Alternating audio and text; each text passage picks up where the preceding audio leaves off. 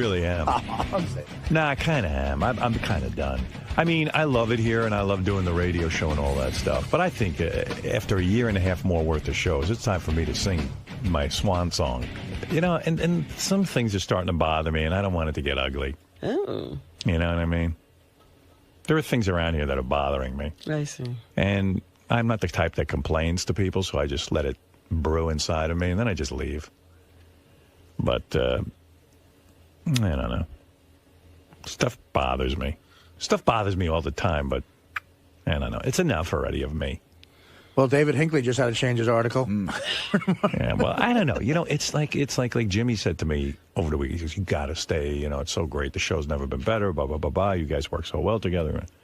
I said, "Yeah." I said, "We do." I said, "We're good at this, but how much longer can you keep doing this thing?" Well, here's a rap that everybody gives me, and so I'll ask you now. You'll be fine doing nothing. Everyone says, "Can Howard?" People go, "Howard, I know his personality. I listen to him. He's a personality. Can he stay home and do nothing?" Well, he won't doesn't have to do nothing. You know. No, there are things I could do. I could straighten the pillows. I have to have a meeting. I have meetings about everything. You know. I guess I am the. I am the leader of the show, so I meet about everything. My meeting today is with Gary, Laura, my assistant, and Tracy. Because something set me off. Carol Leifer, who was our guest the other week, sent me a box of chocolate. So, I get a list of things that were sent in. So now probably that's a week old or something, or, I don't know how many days old. It came in last Wednesday. So I got word today. So, I got to put a system in place where somebody back there goes, "Oh, Carol Leifer was a guest. She sent Howard a personal note and a gift." It should go right over to Howard. Right. In other words, we're not going to go through the usual system of putting... If someone's got to be... A week later, it'll show up at Howard's desk. Somebody's got to be a little bit on top of that so that I can get and then I want to figure out how I can get a note to Carol Leifer real quick, a personal note. Like maybe I dictate it to either Tracy or Laura, and they, I don't know if any of them, Laura takes dictation. I can just go, "Hey, Carol, thanks so much. You were great." And then right away it gets acknowledged that we got her box of chocolates. Because that's really nice of her to do. Doesn't fall into the black hole of, wow, I wonder if my gift got there. Yeah. So then I called Laura last night and I said, "How do we get this done?" I said, "Let's have a conference call. Because if I don't conduct it, it'll never get done because no one takes it seriously." Well, we would take that. See, we would take that seriously. But Gary, how many years we've been doing this? 20-something years. Right, but we have nobody can figure out that, like when Carol Leifer sends something, that I should know about it pretty quickly. I mean, who wants a box of chocolates sitting around for a week anyway? It wasn't a week, Howard. It hasn't been a week. You knew yesterday. It got here late Wednesday afternoon, and you knew yesterday. That is some time, but it's not a week. I don't know. And then, like, it's sitting in your office, and like, who opens the mail? You? No, Tracy opens the mail. Right. She logs Tracy says you get the box of chocolates. No, that's not true. That's what she said. Tracy opens up all the mail. Yeah. She logs it in. So it's, Carol Leifer sent this, right. And then everything comes through me just so I could see it, because some things I put in your bag that day. Right. Some things I just need to know that you're getting, even if you don't take them. I need to know that somebody sent you a screener, whether you saw it or not. Okay. I need to know that a book came, so when they call, I can say, "Yeah, we saw the book." See, I know I'm going to have a meeting today, and I'm never going to get to the bottom of this. I'm already zoning out. Having the meeting, yeah. I'm already zoning out.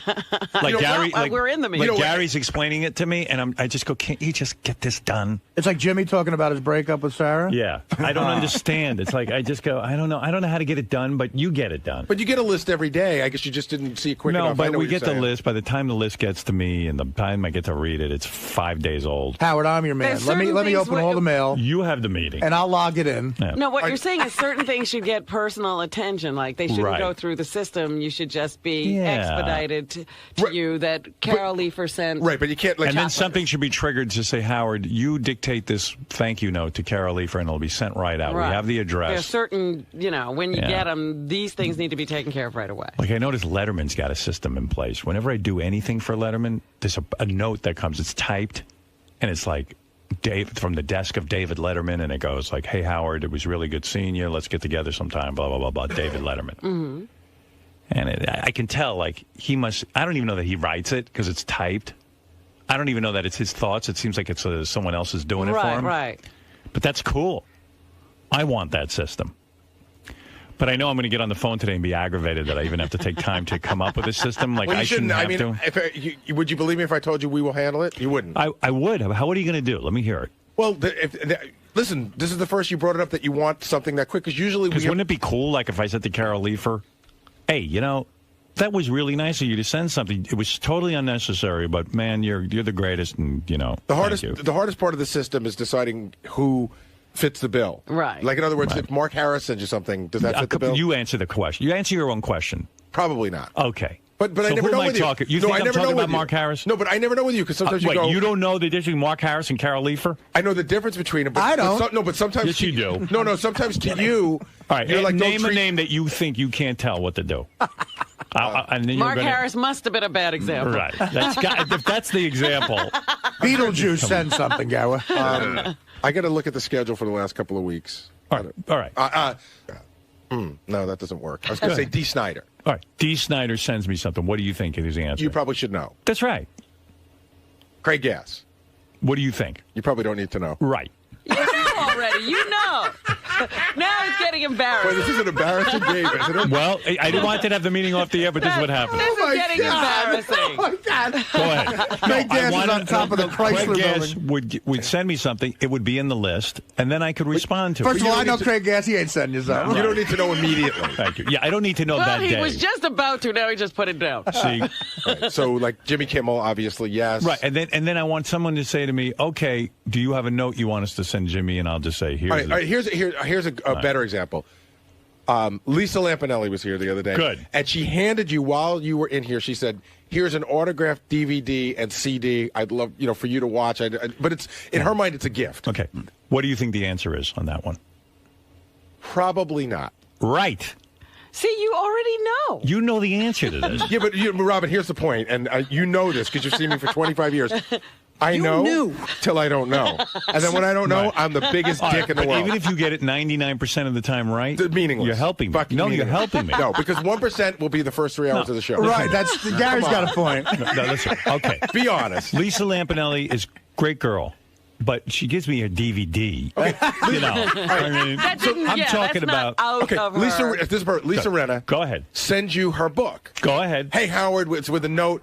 Howard, you're great. I think she sent the note something like, I couldn't wait for you to have this book. I think you're going to love it. Okay. Is that a gift or a promotional item? What's your answer?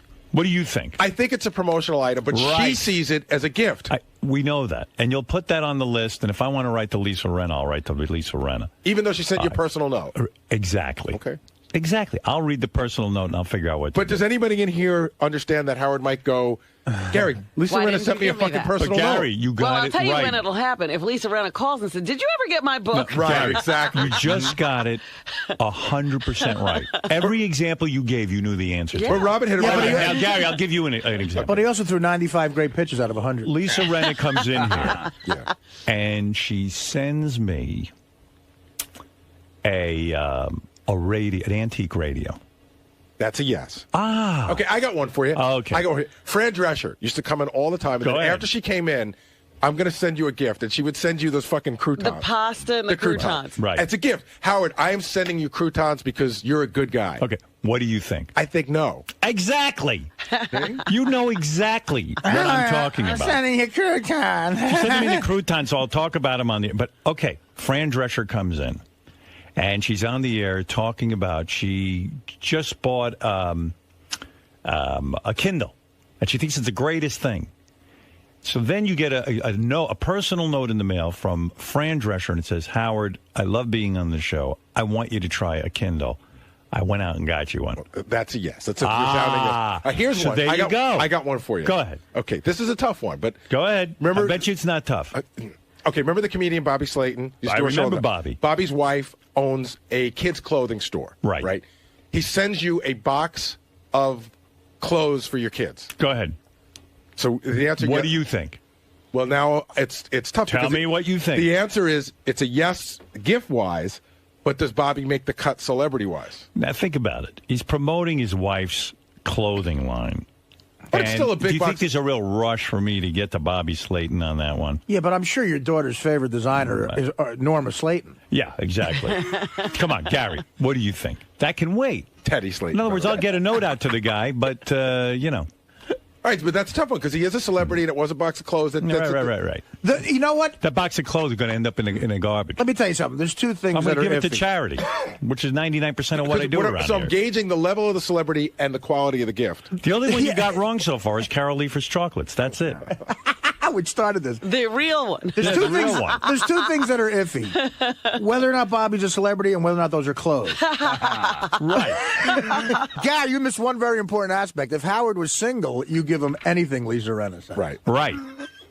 Oh, when I was single, it was terrible. Gary and I had meetings about that. It was that so was embarrassing. so uncomfortable, Howard. Really? When I was single and there was a hot chick on the show and I wanted to go out with her, I would somehow say on the air, hey, yeah, you should get me your number. And then that's a Gary, good code. And Gary would walk in and I go, Gary, did you get the number from her? And he goes, you want me to get the number? I missed the signal on one very important person. Yeah, he missed a lot of signals. And Howard goes, because I remember Howard goes, you got the number? And I go, you were serious? Because what the fuck is wrong with you? But get the number is like if Joe Girardi's steal sign was, look, steal. I felt bad, too. You go in the green room and get a fucking number from somebody. No, look, listen, Teddy tried it for me a couple of times. It's embarrassing. But Howard, can I ask you a question? And the problem is, nobody's going to say no to giving you the number. Well, first of all, they're giving me the number, so that's already creepy. Yeah. But they're giving you the nobody's number. Say no. You don't know whether they really, you don't know whether you're forcing these people to give you a number or not. I was too busy or lazy to date, so it was a perfect dating opportunity. Absolutely. If I could took full advantage. If I could do everything on the air, I was fine. It was like, wow, this is cool. I'm on the air. I met a nice, attractive girl. She said something about her phone number on the air. After I badgered her. I have a phone number. Yeah, okay. Gary, did you get that? I have a phone, Howard. Do you own a phone, or are you a heroin addict whose mother took away their phone? Gary, well, you don't want my number. Right. But, Howard, let me ask you a question, because I think the fans are interested in this. Yes. In that crazy time you said you had, sort of womanizing. Yeah. How many girls that were on this show did you bang? I don't know. That you met on the show? Not a lot. Okay. Like maybe... Under 5? Yes. All right. Right, Gare? I got 3 in my head right now. I'm telling you right now. And I got one in my head that you don't even know that I know. Let's double that number then. All right. It's like a drink. It's like a chick telling you her weight. I don't think there was a lot, honestly. Gary, I'm talking about that he met for the first time on the show. Well, there's one that jumps to mind for sure. There were a couple I'm thinking of I was working, but I never even got around to. Either they just didn't like me that way. That happens sometimes. Yeah, maybe you might be right. But there are 3 that I'm thinking of. Yeah. I don't know. And I'm not thinking that hard. I wonder what 3 you're thinking of. Because you should write them down. 2 for sure. Write them down and hand them to me. I'll give them to Howard. Yeah, don't even write it down. You know what? That's water under the bridge. Exactly. Yeah. You're married. You're getting Why married. go back there? I'm happy. I do have a great wife. It was great last night. We love her. We watched it. You do? We do. People generally He's like her, acting or are like they he's afraid? in the marriage No, you know what? Do you think there's anyone afraid to say they don't love her? No. Here's the Besides deal. Sal? But he's acting like he's in the marriage too. We love her. But in a way, he is in the marriage. Hold on, in a way, I am, and I'm going to tell you why, Robert. Really? I'll tell you why I'm in the marriage in a strange way. He is. I have a friend who worked for a big celebrity for a long period of time, and then that celebrity got divorced, and his life was miserable. Okay. Because that celebrity was miserable. Okay. And his life was miserable. So I if see. Howard were not happy, You're we would all be miserable. fucking unhappy. So the fact that he's happy, I'm in a great marriage. So, Gary, Howard's pretty upset that it took so long for him to get the package, I guess, from Carol Leifer. And he wants to implement, like, a new system. Have you figured out what you're going to do exactly? Yeah, Tracy and I spoke about it. The truth is there is a system in place. An email is sent to Laura every day telling her what came in the mail that day. So I guess it's my job to point it out more than Laura's job to point it out. But, I mean, he gets a list every day. He just doesn't look at it every day. So I guess they just want us to expedite it and say, hey, you should notice that Carol Leifer, but not Craig Gass, Jimmy Kimmel, but not Mark Harris, sent you an important package. So you're saying that if he would have looked at it earlier, he would have seen it? It was definitely right. on the If he list? would have looked at it, he would have seen it. But he's saying, I don't get to look at it every day. He's saying, I'm telling you, I don't look at it every day. So give me a bigger heads up. It's more of a discussion. I don't think he was, he's not necessarily angry. It's just, sort of putting it all together. But it's done.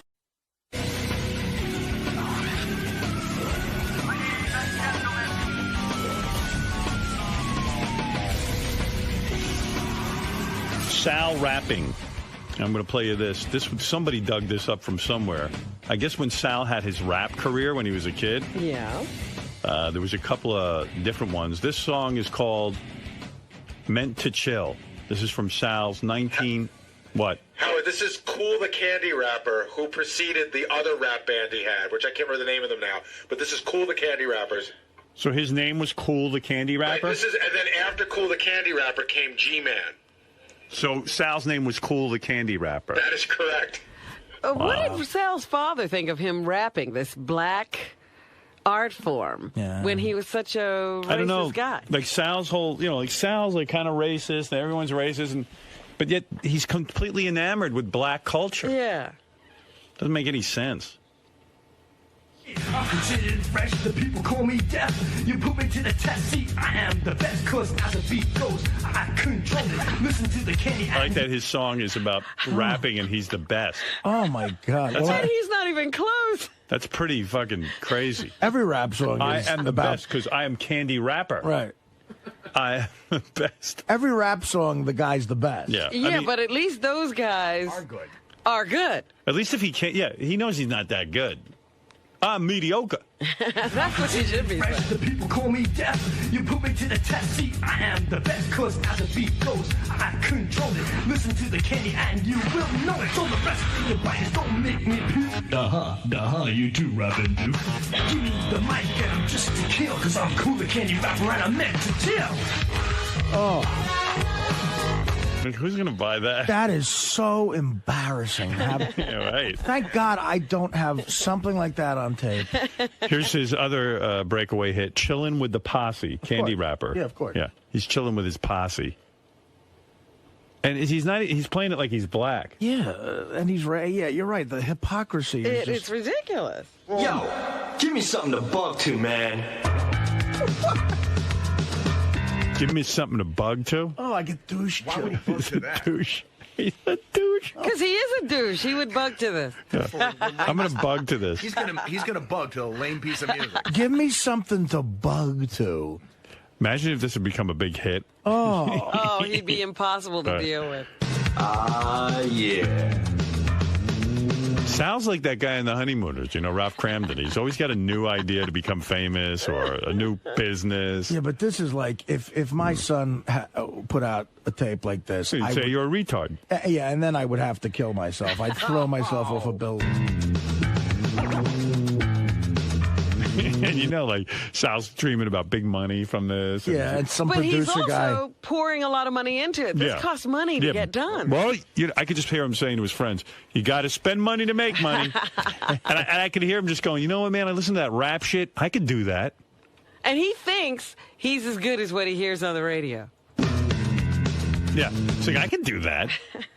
I'm going to be rolling in dough. The posse paying out dues. Lounging in my limo cause I like to cruise. Smoke on the stage cause you know I could do this. On my own throne like a king, I rule this. Passing the church in a moment of silence. Farewell to a brother who died in violence. So chill, get Farewell to a brother who died in violence. Yeah, he's doing the whole thing. That's his neighborhood where he grew up. Another brother died of violence. Well, he grew up in a tough town. What the fuck? A Candy Rapper, or I thought Douche the Rapper would be a better name. Is it that Douche the Rapper? Black people do that? It must be easy to do. Is that what he thought? Well, it's people talking, and he could talk. Do you guys want to hear any of "Take Me to Your Hip House"? Oh, please. Take me to your hip house. Take me to your hip house. But the word, passing by church in a moment of silence for another brother who died from violence. Sounds very upset. It's take me to your hip hop house. It says here, take me to your hip house. Hip hop.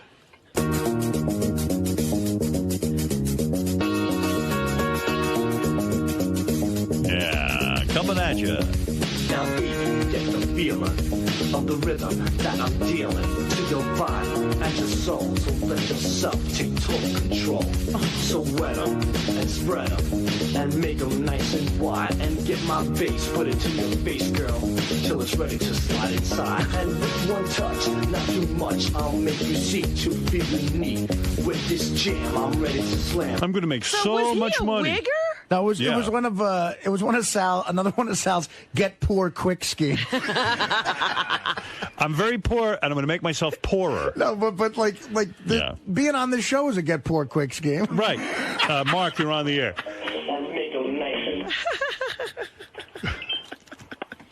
Big fan. Mark, go ahead. Hey now. Hey now. Yeah, I love it. It's some pretty good rap there. You should go head-to-head with Isaac. Yeah. Douche the rapper. I love it. All right, thanks. Such a fag. Yeah. Another brother died from violence. Jonathan, you're on the air in Los Angeles. Yeah, it's Vanilla Sal. Vanilla Sal. There you go. Vanilla douche. You're a douche, Quillo Sal. Run the young douche. All the young douches. So come on, girl, just lift your feet and house me. To a hip-hop house. Arouse me.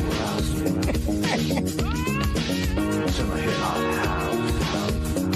Yeah. How much money did Sal fork over to some producer riffraff fucking thief? He'll never be honest, but I bet you he spent at least 10 grand on all this. Oh, God. At least, minimally. Because Hulk Hogan's trying the same shit with his daughter, and what is he up into $5 million? 4. I mean, that costs a lot of money. 4, but who's counting? Yeah, his old man's like fucking selling pizza. Dude. How much money did you sink in? Tell the truth, dude. Sal, I love you, but that is, we all do stupid. I know it's garbage. Right, it makes me cringe. About $7 grand.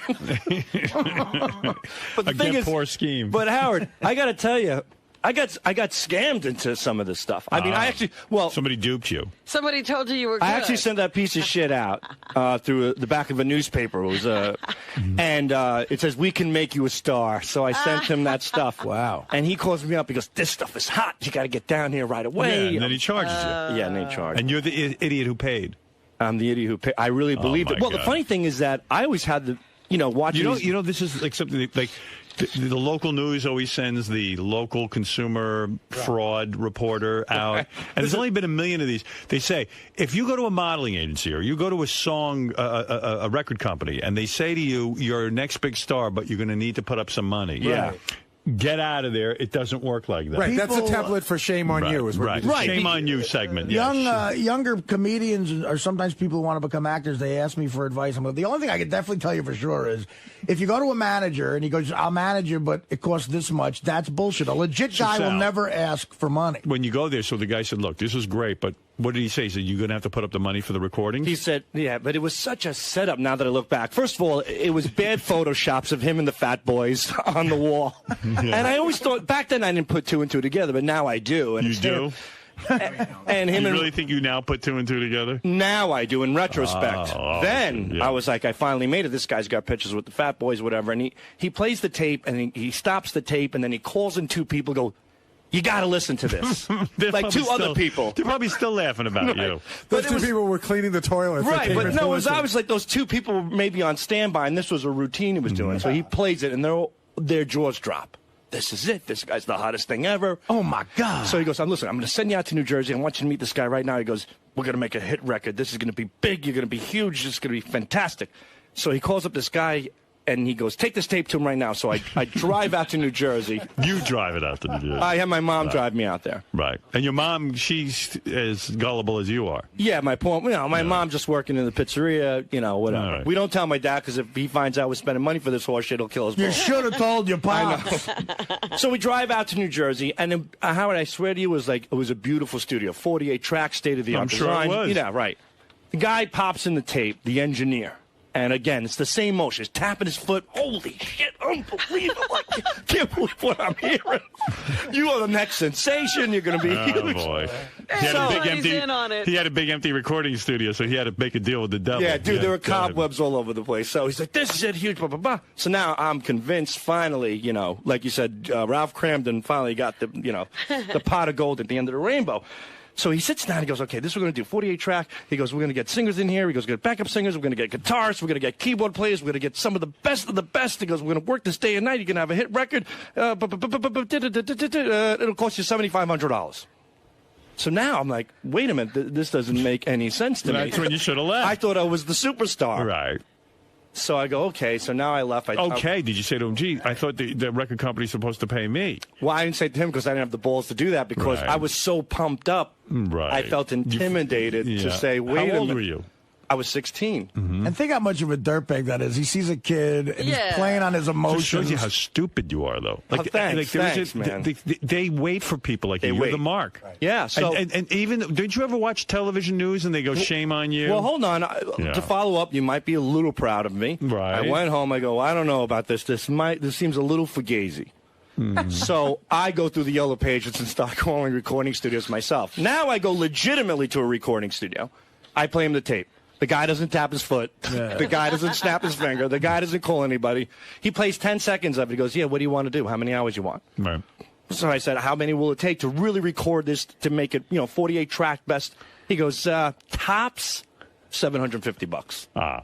So I'm like, beautiful. Now, this guy recorded De La Soul and a lot of great artists. He was out in West Islip. Legitimate place. But he wasn't giving you the musicians and stuff. So no, he was the other guy was for $7,500. You get all the musicians. Right. Well, what had happened was that package deal. This guy, if you put it together, the manager who called me, he's in cahoots with recording studios that want to fill up dead time. You think? Well, that's exactly what Howard said 5 or 10 minutes ago. Sal's just figuring this out now, 30 years later. Sounds like, wait, I think I've put this all together. So I go back to you went back to the $7,500. My manager, thinking he was going to be so happy that I can record this masterpiece and afford it. Right. So I walk in and I go, hey, I don't want to say the guy's name. I go, I can't afford the $7,500, but I got this guy who produced De La Soul, only $750. I go, we could do it. We're going to be, I'm going to be a star. So he looks at me and goes, what are you kidding me? That guy's a piece of shit. You're an idiot. You went over my head. I was about to make you a star. And he goes, you want to make it? I go, yeah. He goes, then you stop right now. You listen to me right now. You get that $7,500. He goes, you might not be able to afford $7,500. He goes, but I got another guy I want you to see in Comac. Wow. So what'd they get you for? Did they end up getting you for the full $7,500? No, so I go to the guy in Comac, and I get the same rap. Right, and how much? But the guy in Comac, this was even better. What? He pulled the best scam on me ever. So I go to Comac. He goes, man, he goes, listen, your manager's right on the money with this shit. So on the money. He goes, can I ask you one question? I go, what? He goes, can I make a phone call to another record company? You didn't sign with him yet, did you? So I go, so good. So I go, no. He goes, man, he goes, if I make a phone call to this company, he goes, I think I could get you the hottest deal. He goes, this is so hot.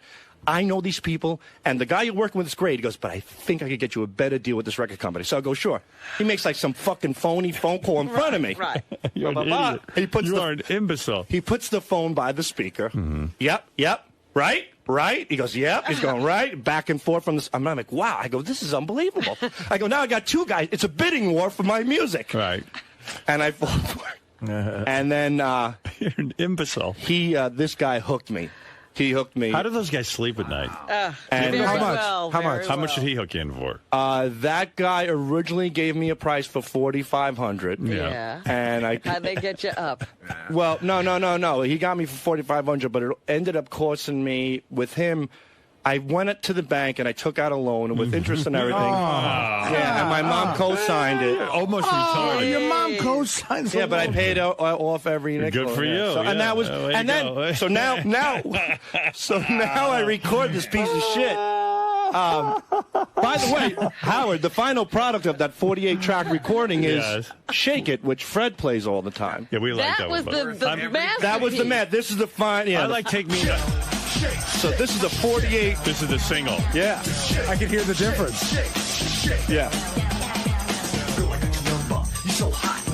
The other musicians are all in on it, I guess. Yes, and Al Greenwood from Foreigner did the keyboards on it. Hey, can I ask you a question, though? When you went back to the guy for $4,500, did you ever say, but I found a place that could do for $750? Yeah, I just did that. I went back to my manager, go, I got a great deal. So he goes, no. He goes, but how much money do you think these guys can make? $4,500. Well, what happened? The guy has they the are studio. Bringing in musicians. They brought in stuff. legitimate musicians. They had to pay them something. Yeah, I don't know. But the funny thing was, without a doubt, I was never there for these recordings because these. Did your mom or you ever say, gee, I thought the record company is supposed to pay us. We're not supposed to put up the money? What record company? Right. I always thought that. You always read about these rappers and how, they became overnight successes because they found a guy who took them under their wing. Right. I was the guy. No, I was the jackass that walked in.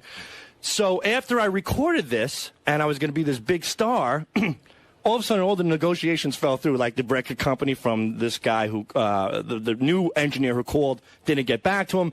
I go down to my manager. I go, hey, we got the final product. He goes, great. He goes, I need you to go to this tape duplicating business and make 500 tapes, cassettes. He goes, I have to send them out and distribute them to all the record companies. How much so did that cost you? Yes, well, that's the thing. That cost me another $1,000. So I said to the guy, well, but hold on. So I said, look, I really, you're an asshole. But he's only 16. I know. You're a fucking idiot. Sad. What a moron. Yeah, so I go, okay. At 16, this might have happened. And I'll never forget. Sal, I could fucking get you a record contract if you give me 10 grand. I know. I go to Deer Park with this. I'm so deflated with this tape, and I pay that. So that's $5,500. So you make the 500 copies. Do you bring the 500 copies to the guy? In a truck? In 2 Bloomingdale bags. Right. Like they weren't, by myself. 500 copies. Yeah. Now I'm a delivery boy, and I'm delivering 2 sacks of shit. This is paying do you. Do they keep you waiting in a waiting room? Well, I knocked on the door, and I waited, and I get in, and I say to the guy, I go, hey, I got the tapes. And the funny thing was, he goes, what tapes? Like, he didn't even remember where it was. He didn't remember where he was in the story. I got three scams going on every morning, but I can't remember. The only thing valuable was the bags themselves. They probably threw out all the tapes and saved the bags. Oh, they definitely did. Because when I brought the tapes, he says to me, Howard, he goes, where's your 8x10s? I'm busy making a baseball cap for a kid. I'm going to get on the Yankees. I bring him the tapes. He goes, what is this? I go, these are the tapes. And he looks at the bag, he looks at me, he goes, where's your 8x10s? How much is he charging for that? Well, he said me to another guy for the 8x10s, and that was like another $700. Jeez, what a racket. He was hooked up with everybody. Yeah. And that's when I officially became G-Man, because Cool the Candy Rapper wasn't a hot enough name. He changed me to G-Man. Oh. So I go out to Brooklyn to take these photos. And because all the best pictures are taken in Brooklyn. So that's 6,200. Right. So I get up to Brooklyn, and I'll never forget. Do you think you're an imbecile? No, not. They thought I was. No, but you are, At that point. But I mean, you've got to even sold on a dream. So many people fall. When you're, come on. No, Howard. When you're so okay. Why do you think they're in business? You think he's the only one they made? I've never actually met someone who fell for it. Like, this is amazing. Jeez. Well, it's not over yet. I go to take the pictures, and here I am. I think I'm a star. I got my, what kind of pictures did you take? Like oh my God! This guy had like this cheap piece of shit backdrop. It was like pink paper. And he rolls it down. It's a tiny room. He's got a sink and a little oven. He's cooking like Campbell's soup. This guy looked like he was smoking crack all day. So here's the funny thing, Howard. When I walk in, he goes, "Who are you?" He goes, "Who are you?" That is the greatest. Where are your tapes? I'd love to make a movie about So I go, I was sent by so-and-so. And he goes, oh, okay. He goes, do me a favor. And he's eating the soup. He goes, roll that down and just tape these corners. So I have to roll. Oh, my God. I roll, but he doesn't even. It was so cheap. It was so fucking cheap. And you know that paper backdrop. So didn't that give you an idea after all these? Nothing. No, I just keep thinking, I'm a star. This is what you need to do. I'm paying my dues. I tape the paper down, right? He goes, just roll it. He goes, there's duct tape there. I go, okay. I didn't care. He was eating. Now take your pants off. No, well, came close. I step on the paper with my shoes. Yeah. And the fucking guy slams this thing. He goes, you fucking imbecile. He goes, you got stains all over the paper. You know how much that shit costs? He reaches for a can of pencils. Yeah. Gives me pencil erasers, got me on my knees, and I'm erasing the foot scuff marks on the paper. Not only do you pay to have this he's done, yelling at me, clean. and you have to clean his room. And you gave him $700 cash at the end of the shoot? That my mother covered as well. Oh. So then... What's with your mother? She's got less sense than you. No, if you grew up in my house, believe me, I think she probably realized I was an imbecile, but she took sympathy on me. Like, I don't know, maybe she wanted to declutter all the shit in my head. How many scams does she fall for every year? Not many. I was the only one that did it to her. Yeah. So I get back, and I get in the 8x10s. Like, if your mom gets a letter that says, we have $80,000 sitting for you in a bank account in Israel, and all you have to do is send us $5,000 and it's yours. Would she send the money in, you think? I don't think she would. I think she would. No, She's got to be one of those. And you too, I think you would. No, I wouldn't. Howard, do you think if Sal was a woman, he would have blown everyone in the story? Yeah. Like they would have totally gotten him to Right. Yeah. Oh, yeah. I think there's a chance it's still out. Right. He's not telling us that part. So I get him the 8x10s, and I go back again. Right. How many 8x10s do you have now? I don't know. They sell me it's like a whole case of this stuff. I think I have still a few at home. They're awful looking. You could tell there's nothing put me. He's like, stand there, don't move. 2 snapshots. They threw me out. And that was it. Oh, $700. God, they're like passport photos. Right. Yeah, and there's people in the waiting, like not in the waiting room, like in the lobby there. Yeah. It was like a fat soccer mom with her 2 ugly kids that she thinks are going to be eventually like, they're idiots. Beauty pageant. Yeah. Oh, they're idiots because they think their kids are going to be models. Your mom thought you were going to be a rapper. Wait, hold on. They fell within the same idiotic realm we were in. We're all in the same group. All right, so you bring back the pictures. Now you have the garbage bag full of tapes. I have 2 garbage bags full of tapes. Well, at least you brought them in garbage bags. You saved the guy the trouble of having to put them in garbage bags. You know what I mean? Here, please deliver these tapes in garbage bags so the guy can just throw them right out. Could you put your 8x10s in the garbage bags as well? So you go back to the record company, and it's still there. Right. It's everything. Well, I don't know where the garbage bags are, but I bring him the 8x10s. He goes, okay, now I'm going to get to work. I'm going to be in touch with you very soon. He goes, he's going to be very, very big. Thank you very much. Goodbye. Throws me out. A couple weeks go by. I call him up. I go, hey, what's going on? And he's like, look, I'm very, very busy. Don't you understand how this business works? He goes, how the fuck am I supposed to make you a star if you're not giving me the opportunity to get your stuff out? He goes, did you get me the tapes? I was like, what? At that, I couldn't believe. I said to him, did I get you? I brought 2 fucking garbage bags down of tapes for you. He goes, what are you talking about? I go, I brought them to you. He goes, hold on. Yeah, so he does one of these things. Hold on one second. Like, Ethel, where are those tapes from Sal Governale? Oh, okay, yeah, we're on it. I know why I got confused, because you're a candy rapper, now you're... Some bullshit. Right. Then he calls me back. He calls me back, because I think he feels like, oh my God, he's onto this idiot. He felt bad, yeah. No, he thinks that I'm onto his scam. So he goes, listen, I got a great deal for you. He goes, have you ever heard of publishing? I didn't know publishing. He goes, you know what, Sal? We need to make a TV commercial. How much you got? So I don't know what publishing is, but he goes, once you become a star, your stuff's going to be played everywhere. He goes, how about if I told you every time your song was played, you're going to get paid? Right. He goes, the guy knows the business. Yeah, he goes, not only are you going to make money from sales, but publishing is where it's at. That's where you're paid for the rest of your life. I said, wow, that's great. He goes, so this is what we're going to do. I need you to come down. I need you to sign a publishing contract. So we have the rights to get this out and get you paid every time. He goes, it's going to cost you about $1,100, something like that. Right, okay. Right. So now we're up to, let's see.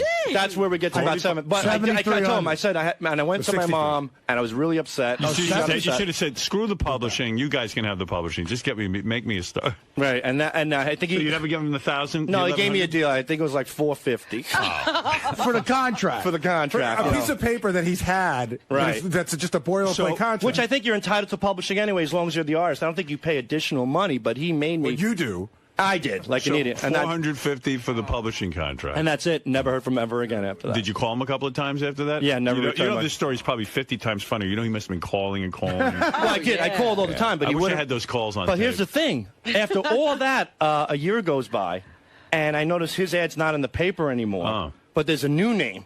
You know what I mean? So I call up that, and I'm like thinking, hey, maybe this is a legitimate company who will like my stuff.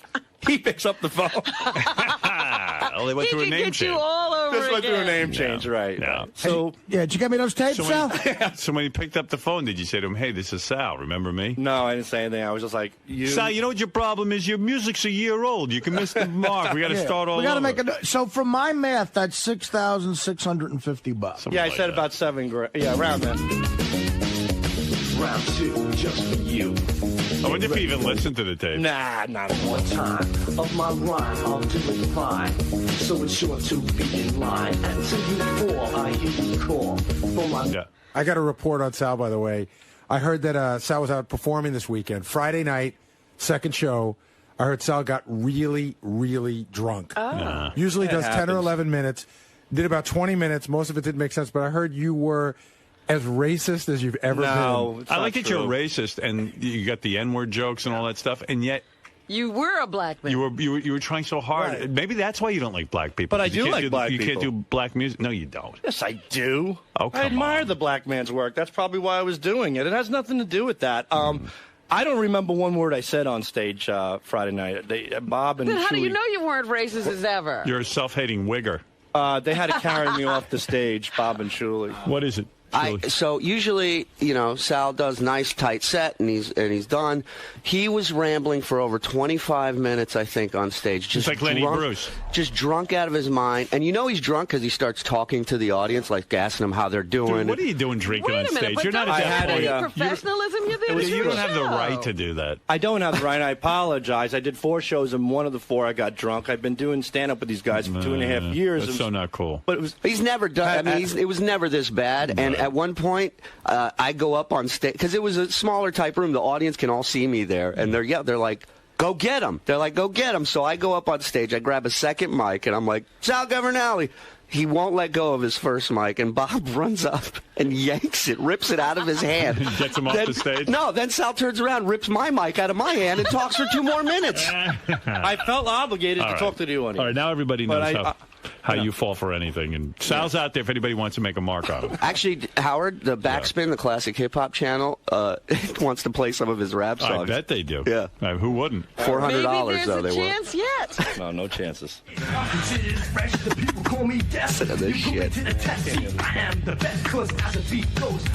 I'm going to be a star. Can you imagine the guy sitting in a room tapping and bopping? Oh, God, how did he even do that? The guy deserves the money if he was able to do that. Yo, G-Man, you remember any of your runs? You want to bust some out? Come on. I'll beatbox, dude. Come on, dude. Cool. I'll beatbox. I don't remember. Yeah, you and Shuli, come on. Come on. No. Like old school, like the old days. Come on. No, I don't Let's remember. do it. The Howard TV viewers need this. Richard's a great beatboxer. Right, Rich? No, I've had enough. Everybody wants to rap. Who's this? Is this Isaac? Bubba. No, I tried, What can I do? I was a young kid, and... Wait, Shuli used to rap, too! I was more of a beatboxer. I was more of a beatboxer and a dancer. I was in a crew, but I never gave anybody thousands of dollars. I knew I was shitty enough to just do it in school with friends, and that's it.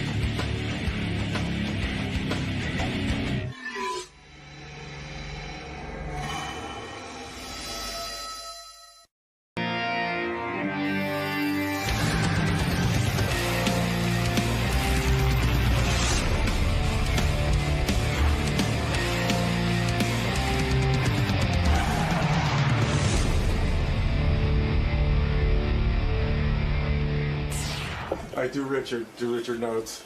So he said Wayne cries every time he comes on the show, that you make him cry. Yeah, why? He doesn't you cry. just hit him. But everyone makes him cry. spots. I'm going to tell him. I know. I think the first thing you have to discuss them is that the crying loses its value. Because Give me the list of appearances you've done in the last month where you didn't cry. Sure.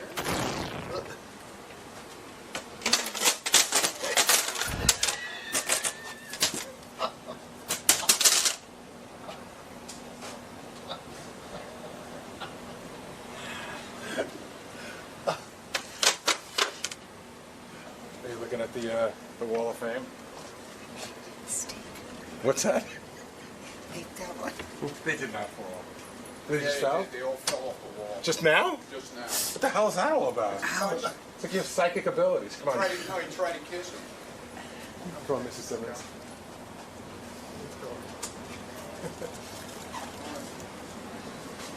Come on, because I got to talk to you before we go in.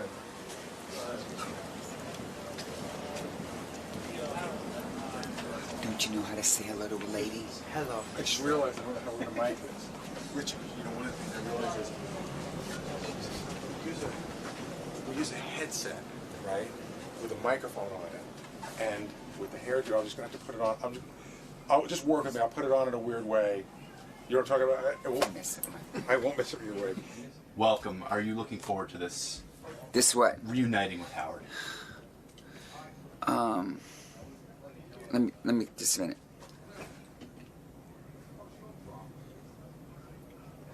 Yes, I am. And that's it? Just a minute. I think it's going to be refreshing. And what are you anticipating from Mr. Stern today? That he may find me prettier than his wife. Would it be okay if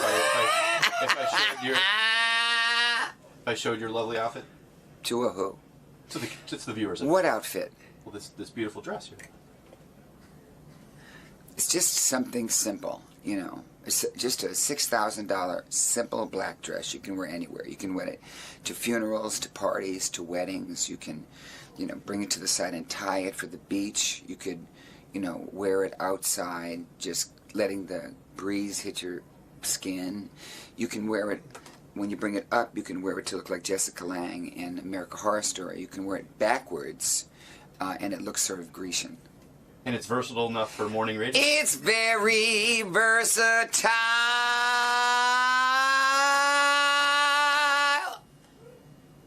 All right, we'll see you in the studio. So Richard Simmons is here.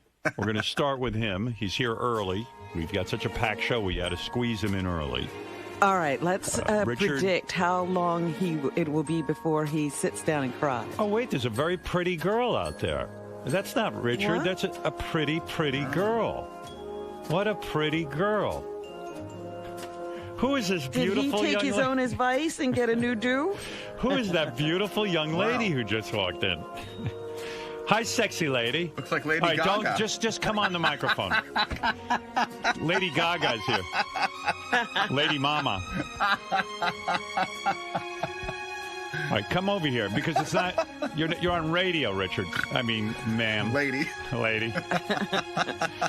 There's a beautiful young lady with beautiful purple hair and gorgeous dress. Hello. What is that, darling? Hi.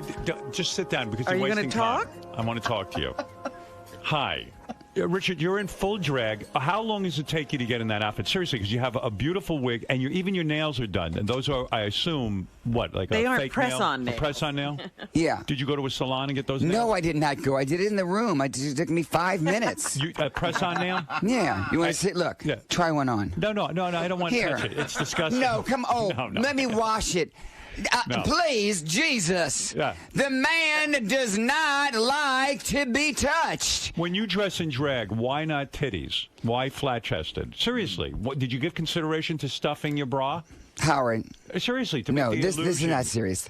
This is not serious. This is not. This is pretty serious. I think this is it's like not Halloween. What is it? I think we're meeting the real you. I'm happy to be here. I'm happy to have you. No, Thank I really you. am. I've missed you. Let me ask you something. Why would a heterosexual man like yourself, seriously, dress up as a woman? And I know. Listen, I know it's just one thing. It's just one. Heterosexual, and I know you love women. No, listen to me. 13 million. What? 13 million what? That's how much. That's what it costs when they want me to do this. No. What I'm saying is, it costs. People give me 13 million. Robin's here. Do you have a doll collection? Robin, hi. I miss you. Hi, Richard. I miss you too. Do you have 400 dolls in your collection? $2,200. $2,200. Yeah. I would say, here's a guy. Where do you keep You're those as masculine as anyone I know. You love girls. You want to get married. Can you take this off of me? Why do you wear? What is he taking He's off? taking off his jewelry and his woman's outfit. Could you take off your wig so I can put a pair of headphones on you so you can hear Robin? Just a minute.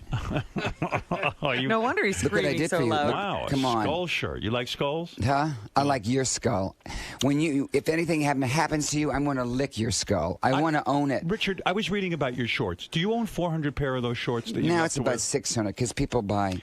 Are they flammable? In other words, I heard that they can light It's a on little fire. purple bag. Oh, hold on. Where Richard, is it? Richard, focus on me. Okay. Put on headphones. La la la la la la. I Put in love Howard. Yeah, because he's all over. I love Howard. Now what is he doing?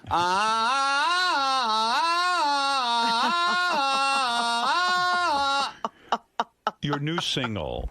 Is go back to the shorts. I'll go to hairdo in a minute. Yeah, these. Seriously, are they flammable? Yeah, that's why they got rid of them. So they don't make those anymore. Well, they make a new. Dolphin makes the new short, but it's not like this. The problem is this material is flammable. So you have, but don't get any ideas. You have over 1,000. You know, I don't want to end up being like Sissy Spacek and Carrie. Stop! I don't want to go to the prom, Mama. Please. Richard, you have over 1,000 pair of Dolphin shorts. Yeah. And when you heard they were flammable and they weren't going to make them anymore, is that why you went out and bought 1,000 pair of? No, I don't have the. No, these I've had for years. You've had for years. Years, and then people will clean out their garage and stuff, and then send me stuff. Then I give it to people. People say I'm dressing up as Halloween, and I send them. You know. Right. I need the purple bag. Okay, I want it now. I have to hold your microphone. I'll do it. Somebody else get the purple bag, Gary? Mother, daughter, mother. Where's the pictures? Right here. Richard, I got to show you this. This is going to bring back a memory. What is it?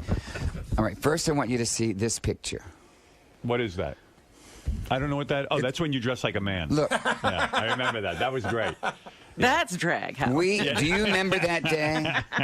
Do you remember that day? I do. You were Get me the purple bag. I'm leaving. To dress as if I don't get the purple bag, I'm going to go do an oldie station. I'm not kidding. It's on its way. What's in the purple bag that you need? I just take this off and fluff my hair so I can. Good. All right. So, did you like hairdo? Richard has a new single out called Hairdo. This is serious. Yeah, it's serious. It's as serious as anyone can be. What the sales must be through the roof. When I heard this, it's a rap song featuring you. Yeah. It's fantastic. When did you get into rap? When did you first discover you could rap? Well, look at that hairdo. I just decided. Put the wig back on.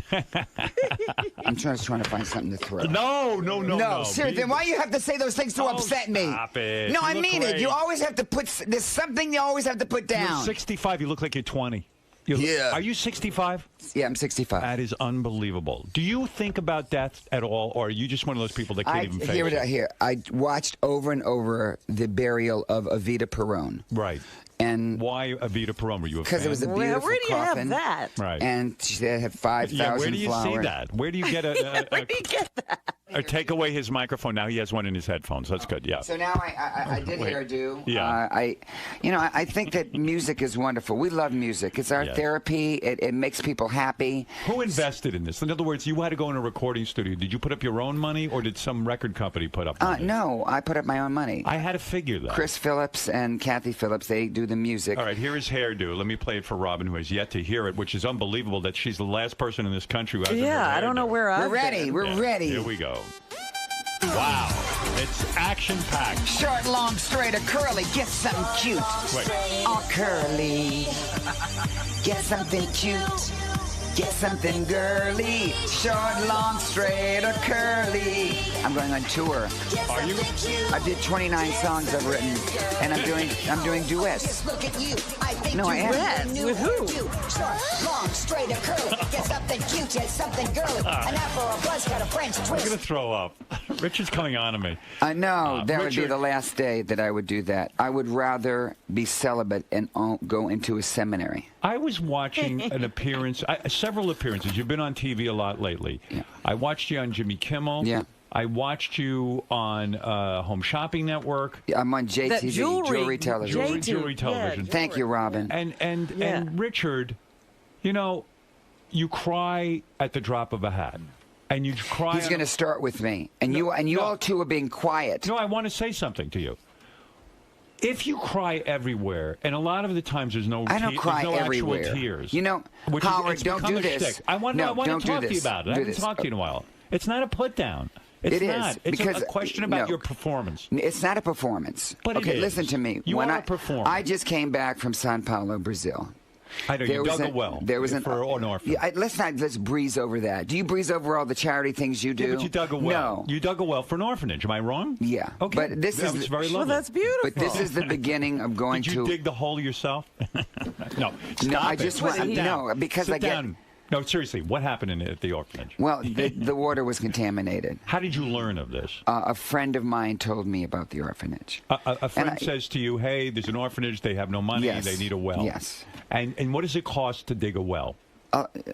Quite a bit of money, because you have to go 300 feet down. Did you have to do this on your own? In other words, you put up all the money? I put up all the money. How much did it cost to dig a well so other people can get involved? Would you say? $30,000. 30 grand. Yeah. But now these children have water to bathe in. The kitchen has water to cook in. They have water to drink. But this is just the beginning. You know, you do a lot of charity work, and also your wife does. Yes. And there are 6 million orphans, and there's orphanages all over the world. It's an epidemic, and that's why these fucks who are against abortion. All right, You know, all right. There's so many unwanted children. Am I correct? Do you agree? Yes, Where do you yes. stand on abortion? I know you're a Catholic, but where do you stand on it? I really don't talk about politics. You never? No. It's just Do you vote? Yes. You always vote? Always vote. Did you hear the Pope? Did you Yes. think that was great? Is this terrific? I think this Pope's a really fabulous Pope. I'm with you. But let me say this. I went to Sao Paulo. I built this is the beginning of what I'm going to do. I have a foundation that's called Richard Simmons and Family. And every month I'm going to do something like this. No, this is wonderful. But what I'm saying is, and I didn't mean it as a put down, but if you cry about everything on every show. My life is very emotional, Howard. Is it? Yeah. Okay, you sit here. But you cried about the jewelry. No. I cry. Well, you know what? You cried about your new jewelry collection. When someone calls up and they're overweight and they're very depressed and they say, I bought this bracelet because it says hope on it and I need hope. You've known me for decades, Howard. And you know. Is it all genuine? It or is some wasn't of that it a racket? situation. Is some of it a racket? Because I think you're one of the most honest. I'm going to compliment you. Out of all the exercise gurus that I've ever heard, I think you're the most effective, and I'll tell you why. You are a realist. You get a hold of overweight people. You start them out slowly. You give them hope. You hang with them, and you exercise them in a reasonable way that keeps them in the game.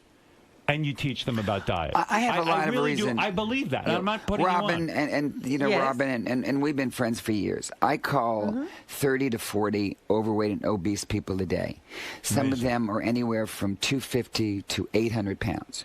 Now this is very emotional. This isn't like I'm calling someone who has to lose 10 pounds. Right. These are people that may have been abused, may have had a bad divorce, kids taken away from them, a loss of job, and now they're housebound. Now, I am because I was overweight, this is very sensitive to me. Hey, I heard you talk as a child. You were obese, right? As a child, were you a model for for overweight fat kids? Were you a fat kid's model? I heard a story. Now, tell me if it's true or false. You modeled and you made so much money. Why can't I interview you? I'm having an asthma attack. No, you're not. Stop it. That's a fake. You can't talk like that if you're having an asthma attack. When you were a child, did your mother take you to model and you made enough money that she invested the money in an apartment or several apartment buildings in New Orleans? No. And that you were a millionaire before you even started being an exercise guru? I was successful doing modeling later on, and my parents said, well, you know, this was just a fluke. You need to really not spend this money. And were you an overweight model? I was. Yeah, they were called chubby models. And could you make that kind of money where you were doing well? I mean, because regular models don't make that much money unless they're supermodels. No, you know, I did well, but you know, but when you're overweight, it's sort of a paradox because you know, I tried to lose weight because I hated the way I look, and I thought others hated me. Right. And so. What are we talking about? I'm not here to talk about that. All of a sudden, you're going down, ease on down the wrong road. Why are you it's like Dorothy. It's like you're Dorothy and you got Toto and you're going down the wrong. But you can't come in here. I'm here to say, you can't come in. I love you. Stop. Come here, touch me. No, I don't want to touch. Come here. No, Richard. Just I've taken a shower. I've cleansed. I don't want to touch anybody. I went to St. Patrick's. I cleansed with holy water. It's not you. It's just I don't want to touch anybody. Anybody. Why is that? Because I have a germphobe. Look, what I'm saying. Can we just hold hands for a minute? No. I've got to. What if I spread this? Look. No. Wait, look. No, I'm really not into it. Look.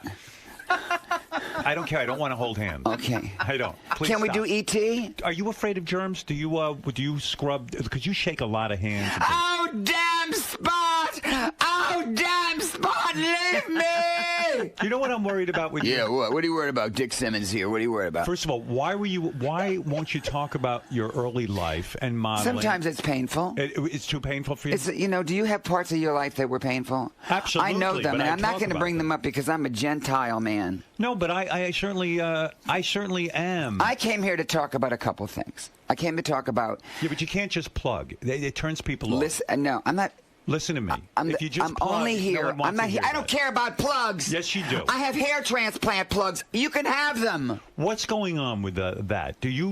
Now, I read somewhere you have to spray your head. Well, I have bald spots. Do you have a bald spot? No, I'm pretty good. But you will one day. You think? I don't know. I'm doing pretty good. Listen to me, Beelzebub. One day you will. Why did you get hair plugs? Why didn't you just shave your head? Because I look like Annie that had been in a fire. You were concerned about your appearance? Let's say that a woman has an illness and she loses her hair and she looks in the mirror. It's all about how do you look in the mirror and if you like yourself. And when you look in the mirror, Howard. Are we too concerned with all of that kind of shit? Seriously. We are too concerned, but if you look in the mirror and a man is going bald and he doesn't like what he looks like, then... It's okay to put but it's very painful, isn't it? Where do they get the hair from? Now it's all new. No, they do a better job. They go, listen to how it goes. That's how they do it. But the only reason I get a lot of emails and tweets about this show. No, but it talks about hair transplants. No, you're going to wait. No, you're going to wait. No, you're going to wait. I'm worried about you. And they say to me, I'm worried about you. I'm so worried about you. You're spreading yourself too thin. You sit there with the talent people. Then you do this. Then you go to the large mansion. Everyone, did you know it takes 20 minutes for Howard to go from the driveway to his front door? That's not true. Hi, this is Dick Simmons for Celebrity Homes. Are you wearing women's perfume because you have a No, tremendous... I'm wearing Brute. Wait, I'm worried about you. Are you sad you never had children of your own? The white zone. Come here, give me that. The white zone is for loading. You know what? Are you sad you never had children of your own? I exercise children all over the country when I do classes. Are you sad you've had no partner, no love? Because you know what it is, Howard? Do you have someone in your life? Let me just say this. Give me a second to put my thoughts together. Okay, good. All right.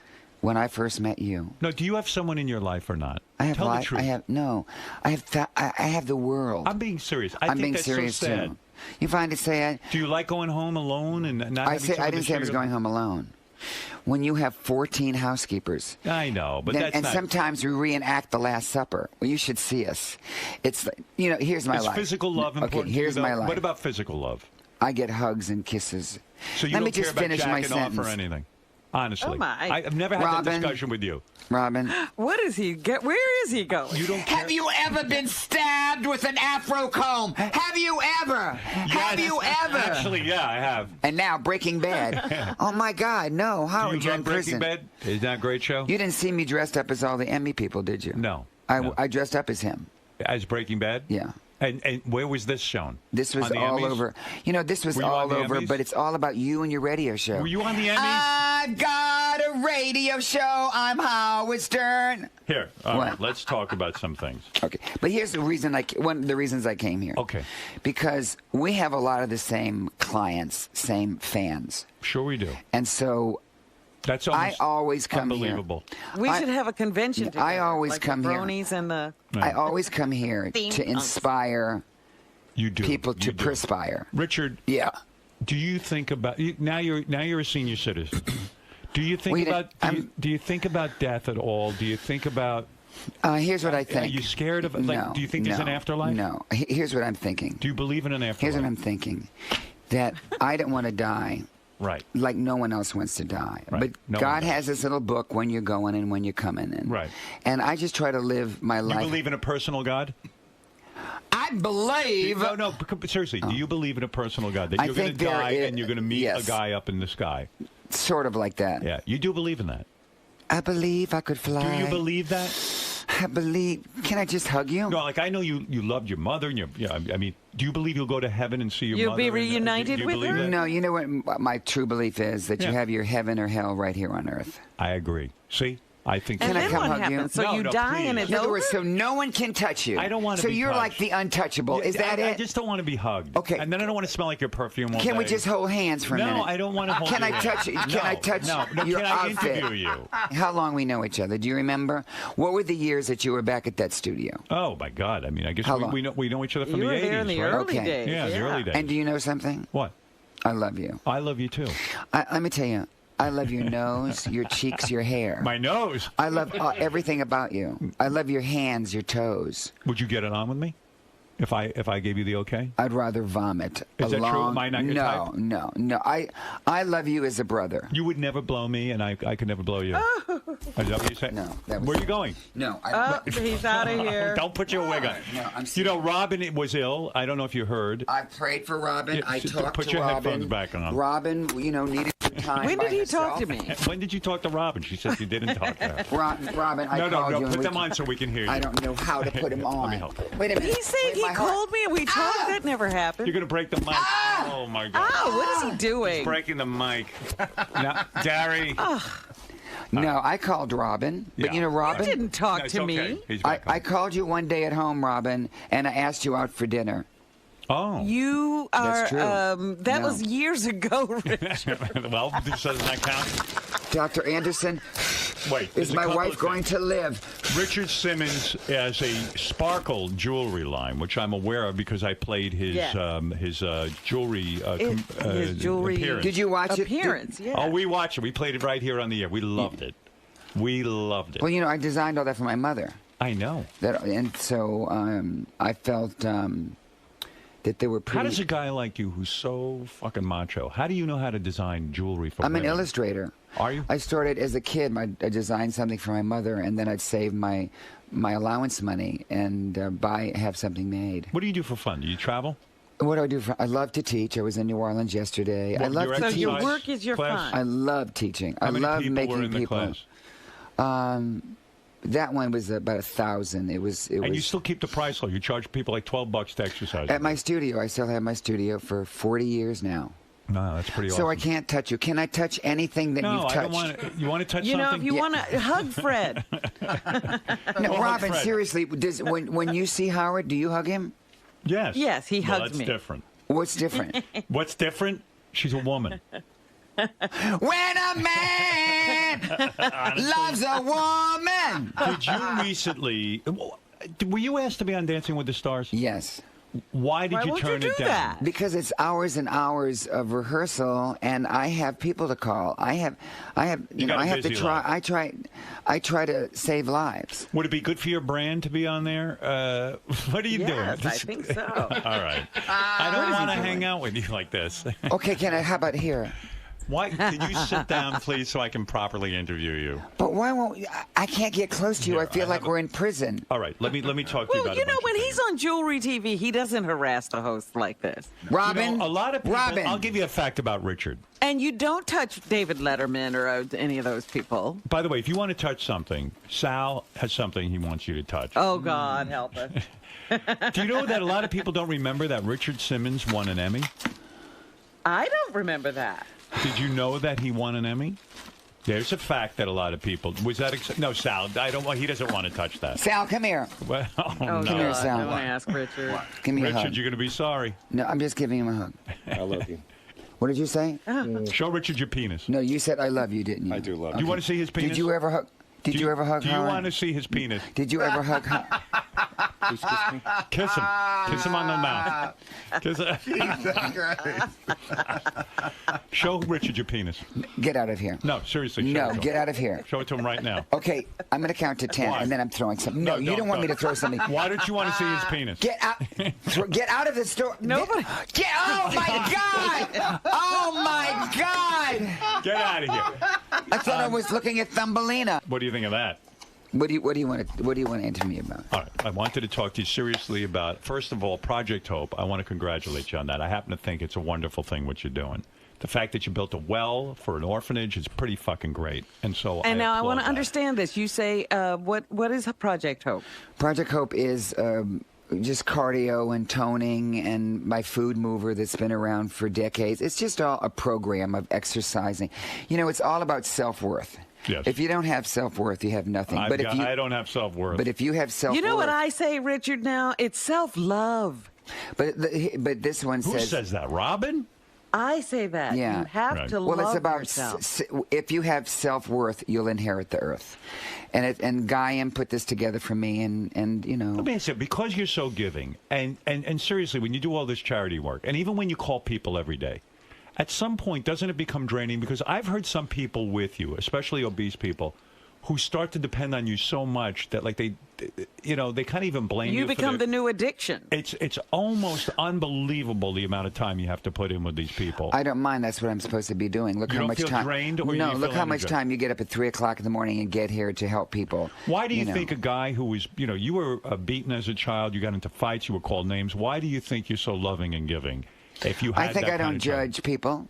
I think that I love them unconditionally, and I think I want to help them because I helped me, and I haven't gained my weight back in all these years. See, I always felt an underlying anger with you that I don't think you've ever addressed. Anger? Have you ever been to therapy? You're talking about anger? Yeah, this is what I'm talking about. No, you're talking about anger. Is that what you want? You want to see anger? No, stop. Fine. You want to see anger? I'm going to tell you anger right now, because now you're going to see it. Don't you take apart the You're studio. going to see anger. I'm going to bring Salem with his penis. If you just screwed up my entire deal here.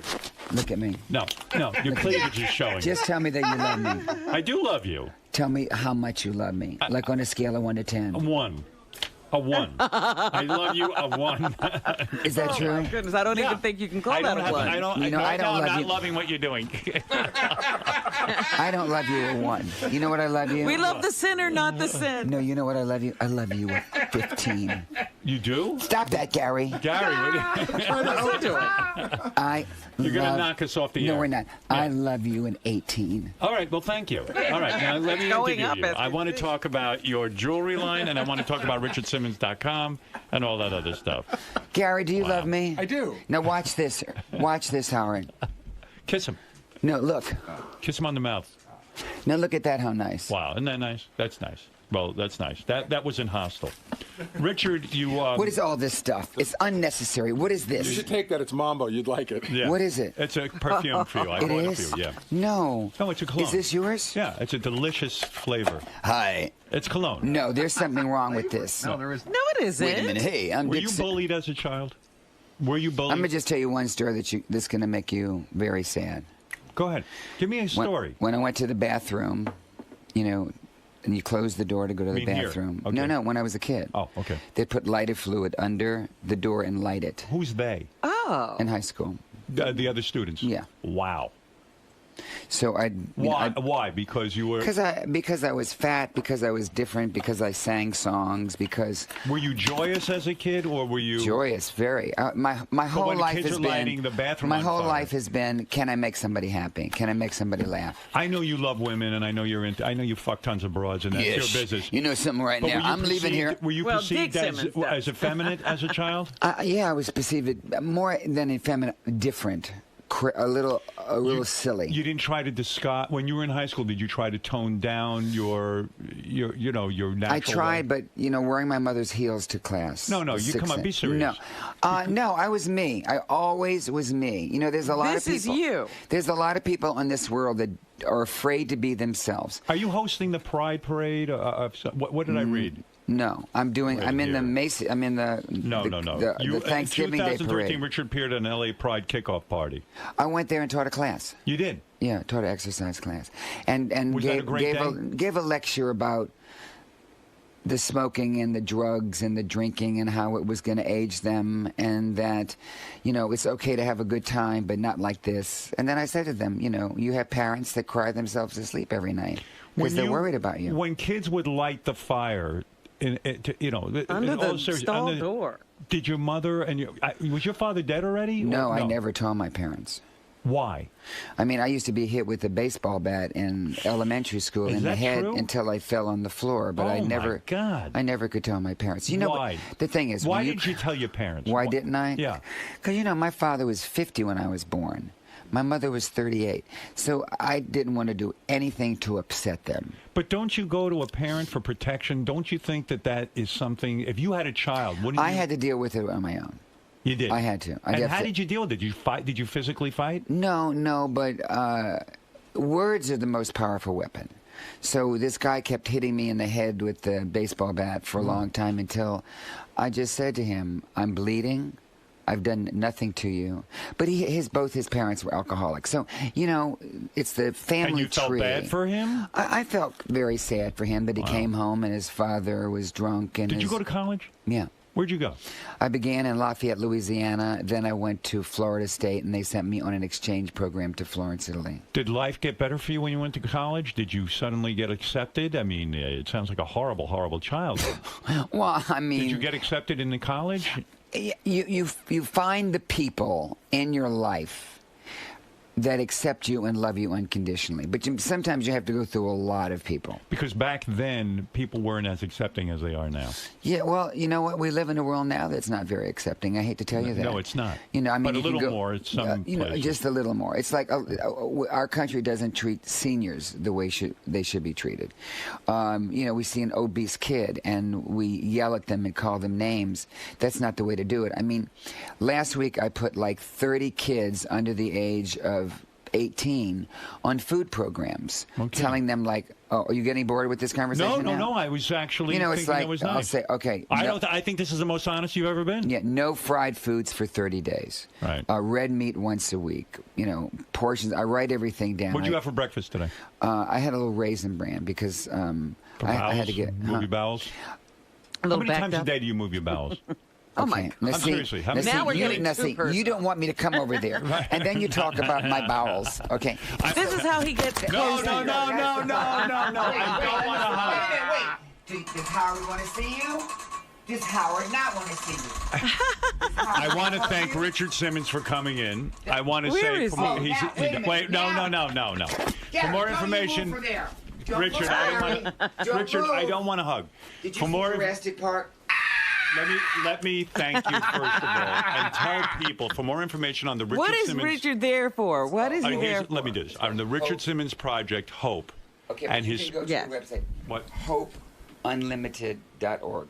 Hope and Unlimited. That's where I'm building the wells and everything. Good for you. And RichardSimmons.com is another place. You know what? You're not aging. No, I refuse. No, I'm being serious, Howard. Yeah, aren't you nice? Thank you. Just a minute. I don't want to kiss you. I didn't ask you to kiss me. Yeah, but you're moving in like you want to kiss. I want to look more into your eyes, because when I'm in your eyes, it's just an ocean of love. Oh, that is just so silly. That is so Okay, when you're with your wife, do you say romantic things? Yeah. Like what? I said something romantic to her. The other day I said, thank you for marrying me. Okay, I asked you if I could do a charity event with your wife, and you laughed in my face the last time. I don't like people to laugh in my face. Do you want to find? Wait. Do you want to find a dead? Do you want to find a dead horse in your bed like The Godfather? Can I just say something? You're spitting all over me. You must calm down. Okay. All right, listen, Richard. Thank you for coming. I'm so glad you came. No, don't touch my hands. Okay, here. Thank you. No, don't touch my scarf. Don't touch my shirt. Don't touch anything on me because I don't want to smell like your perfume all day. I don't have perfume on. You do. I took a shower. No, I have. Perfume. Maybe the soap had a little. I just want to say thank you so much for coming in. Yeah. And I wish you luck. It's good to see you. It's good to see you. And I wish you luck with Project Hope. All right? I want you to say one little romantic thing to me. All right. Okay. No, see, just a little something. It has to be long. I told you I like you. You're a good guy. All right? That's not enough. That's it. No, that's not enough. Stop it. Stop just it. One, I'll leave. You have coffee breath. I didn't drink coffee. Okay, listen to me. Look, I'm not going to touch you. We're too close. Okay, all right. Well, how's this? All right, thank you. Wait, how's this? No, right. Stop it. All right, I'm going to end this now. Is this uncomfortable? Yes, it's uncomfortable. No, just say something romantic to me. All right. I think you're a very good person. I really, That's not truly romantic. do. I think you're a great guy. What about my face? What about it? I'm saying... What am I going to say about that Go face? ahead.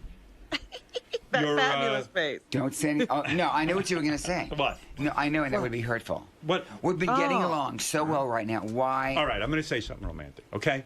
You want something romantic? I'll give it to you. You have beautiful balls. I wish I could tongue your balls. All right, you want to get romantic? Let's go. I wish I could. That was so unnecessary. What? I'm not. You just said let's do something romantic. Come in here and you say those things too. I wish I could take my tongue and run it up your balls. Gary, is that romantic enough? Just say something sweet about what? me. Do you think that's romantic, Gary? I do. Yeah. I wish somebody You're would. in trouble. I wish somebody would say that about my ball. What do you think of what I said to you?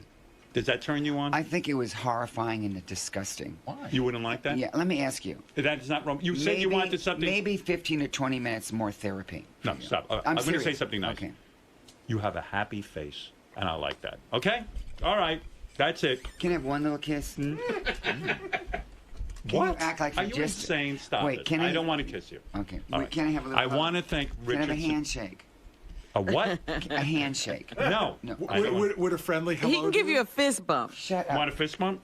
A friendly fist bump? No. Don't touch my hand like that. Stop it. You're killing me. You're killing me. It really You're going to make the break like 8 hours. Yeah, Okay, let me just say this. What if I just lick your hand? No.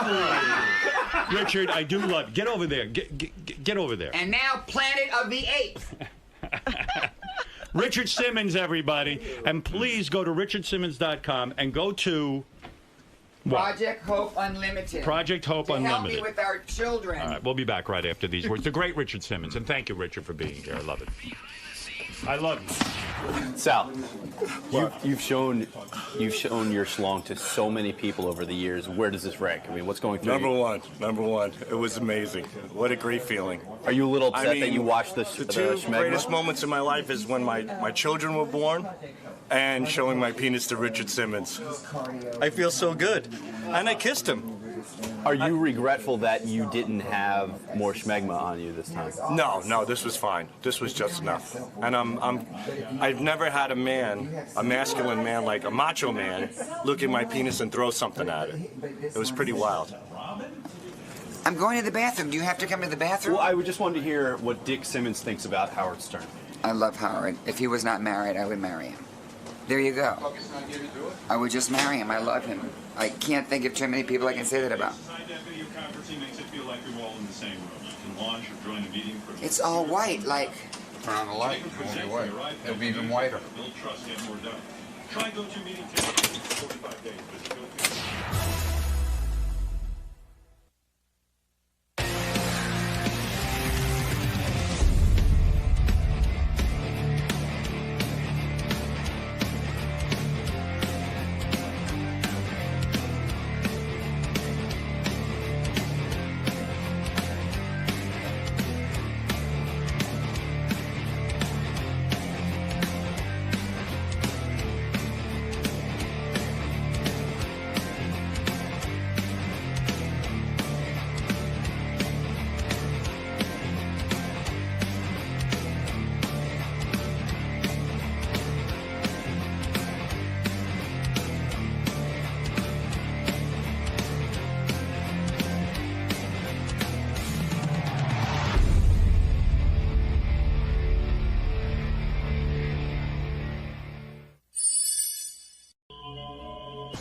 Curious to hear from him. How's he doing, man?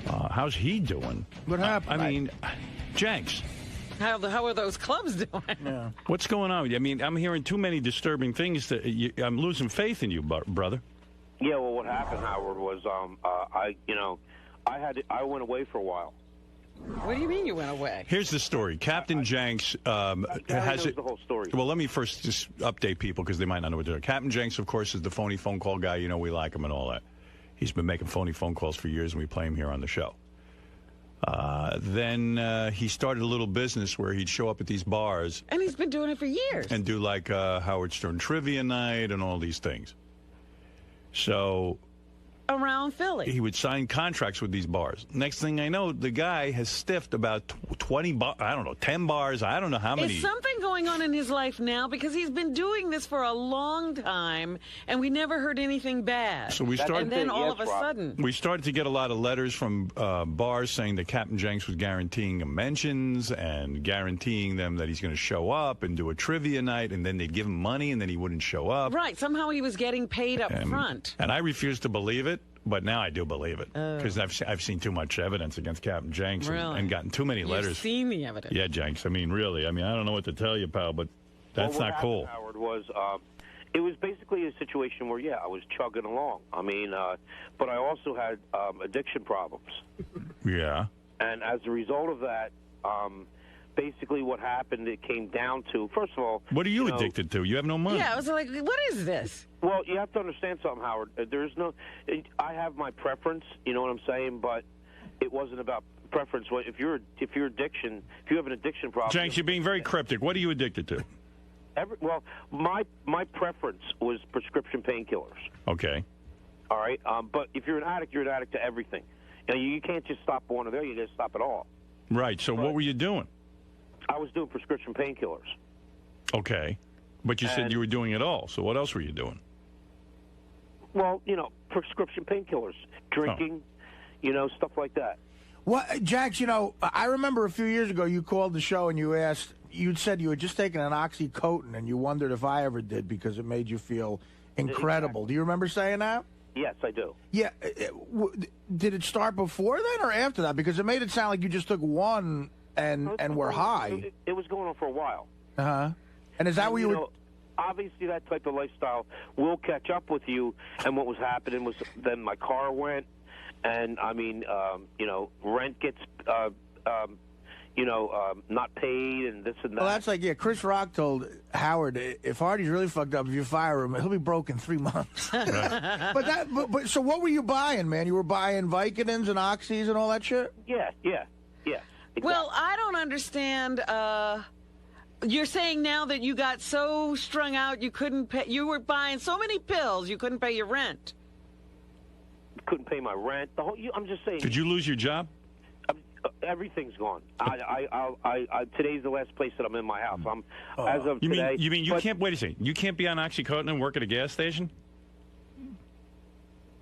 Well, you can't be an addict and continue. It has to stop. Here's what happened, Howard. All that shit, that's all heroin. It's just in pill form. It's opiate. Exactly. So you get addicted to it like you get addicted to heroin. That's how I started. But you think you'd be able to keep a garage job. But what happens is, in other words, first you need 10 to get high. Then you need 20. Then without 20, you're not even high. You're sick. Right. You're in withdrawal. So then you need 25 just to feel normal. Right. And then you want to be high again because you're an addict. So then there's no stopping it. So you'll start stealing from everywhere. Right. And Artie understands perfectly. So first you got to go through withdrawals, and then you got to go to detox. Did you get Subutex, or is that too expensive for you? That's probably too expensive for you. Well, see, that's the thing. So wait a second. I don't mean to keep interrupting, but let me stay on topic here. So how did you get into this whole thing with Stiff and all these bars? Like, why didn't you just show up and do the bar appearance and get more money? Well, the first thing that goes is my car. Yeah. And so you can't get to her. So what I tried to do was rent a car every week, so that I could at least get to the appearances. And by doing that, that's opens up a whole nother can of worms. Whereas, you got to pay a lot of money to rent a car for a week. I could paint an exact picture of what he was doing. Probably he because what happens is when you feel all right, you make plans. Right. I'll be there. I'll be there. And then, I don't know, this is the genius part of this. I don't know how in the fuck he got these bars to pay him in advance. I mean, I do stand-up and, you have to wait. With the most legit people, and they don't want to send you something in advance. So I don't know. That's the genius part. But anyway, he somehow gets them to send him money. Then he blows it with pills, and then when the time comes to do the gig, he's strung out or he can't make it. It shows you what a bright guy he is, that he can get this business going and get money in advance, but he doesn't want to apply it to work. Yeah. But what I'm saying is the bottom line, what it came to is, nobody really knew. I didn't tell anybody. But what it came down to is I finally did go to people that were in my life that were, family, close friends, explain the situation, and basically what happened was it was like an intervention, and I went away to rehab. Now, do you owe Steve Langford an apology? No, he's still mad at Steve. Why? Steve was telling the truth. Yeah, but look, you don't want the truth to be known. No, the thing with Steve was the whole Steve thing was it was a catalyst. I mean, it initially turned out that I missed one or two. But then it got worse as the result went on because, Jenks, you're still in a bit of a denial. I mean, no, because I'm saying I couldn't get bookings. Well, that's not true because you had, Jenks, I know because we saw like 8 or 9 people before you went to rehab that were bookings that you didn't show up to, and I can't believe, so you got those bookings and you didn't make it there. Right, yeah. So, Jenks, so here's the question. So now you're telling me you're homeless? Yeah, Howard. Yeah. Jax is getting out today, right? No, I'm homeless, but I'm sober. He's getting out today, but he has nowhere to go. He lost the place that he was living, and he was telling me for whatever reasons he can't go live with his parents. So he's probably going to end up in one of those sober houses. How come you can't live with your parents? Well, Howard, they're not in the best of health, and they're retired, and it's not a situation where it's not an option. How do you have money for a sober house? You don't have money for that. I mean, you just got to do what you got to do to make it. I know I'm going to go to meetings today. But how do you go to a sober house if you don't have money to pay for a sober house? You got to do what you got to do. You know what I'm saying? What does that mean? We don't know what you're saying. He doesn't have to pay for it. He does not know. I spoke to him earlier this morning. He doesn't know where he will be sleeping tonight. Is that right, Jenks? That's correct. But initially, I don't think you have to pay for a sober house initially. Right. You got to do your best. Where are you right now? Well, this is my last morning here. Oh man. So that's rough. I don't even have any heat in my house.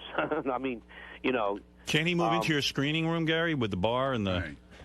If you move one of the stools, could Jenks be one of the stools? So Jenks, you got to go get a job. Well, yeah, absolutely. Well, where's he going to work though? I mean, he's got like a bad reputation. He can't get a recommendation now. Which is why he might be mad at Steve Langford. But anyway, I just want to ask James a question.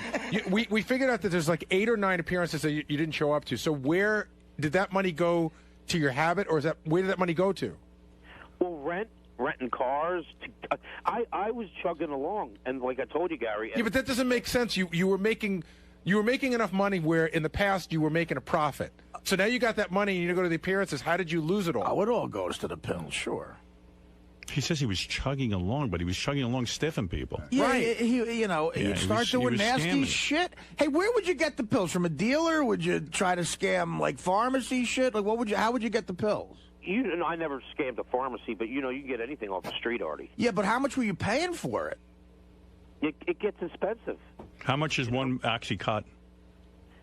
Well, I mean, on the street, you can get it for something like 20, 30, 40 bucks. 40 bucks a pill. A pill, yeah. Wow. So those are 10 pills. That's one appearance. See, that's the thing. That's why people graduate. See, I know I never graduated to heroin, but that probably my therapist at the rehabilitation center said that would have been my next step. Yeah, but that probably would have been a good move for you. Yeah, actually, that makes sense to go on heroin. Better for your liver. Economically, it's a good idea. What? And now, for like a 30, were you taking 30 milligram Oxycontins?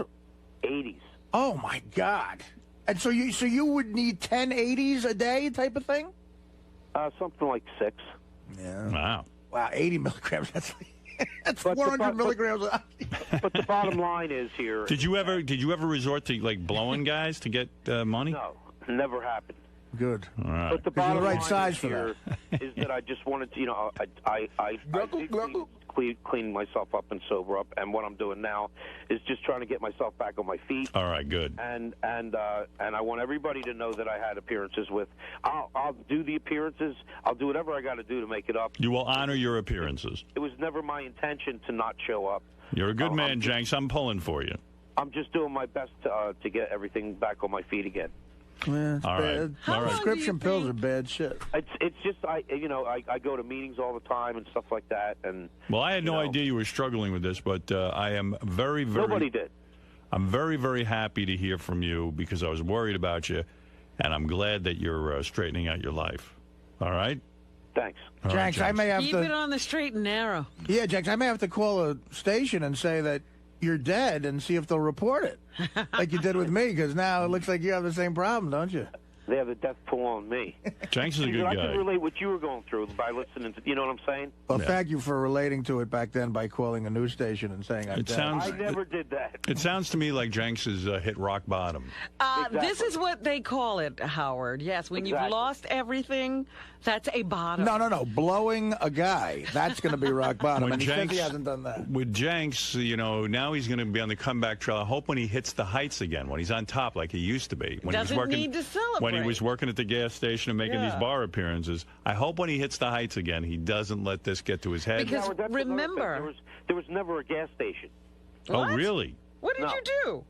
See, well, the thing is any place that I worked, didn't want me to come out and say that, who I was. Right. Oh. So they say if you it would be a situation where if you ever say where you work on the show, then you're going to lose your job by the next day. Oh, so you didn't work it again. So I would say that just so that I wouldn't, lose my job. So what was your profession? Well, I basically did any jobs that were around. Yeah, so... Yeah, okay. but you're indicating that you were employed steadily by someone because they got mad at you. who was that person? I mean, No. What, I just want to know what type of? Were you a school principal? What was your real occupation? Actually, at one time I worked for. I don't even know if I should say this. I worked for U.S. Healthcare. Oh. And I was basically told if you ever say. I was called into the office of like the president of the company, and I didn't know why. And he said, if you ever say where you work, then that's it. I'll tell you how brilliant this guy is. You see, here's a guy. He won't tell us what he does. He still hasn't done. He worked for the CIA, obviously.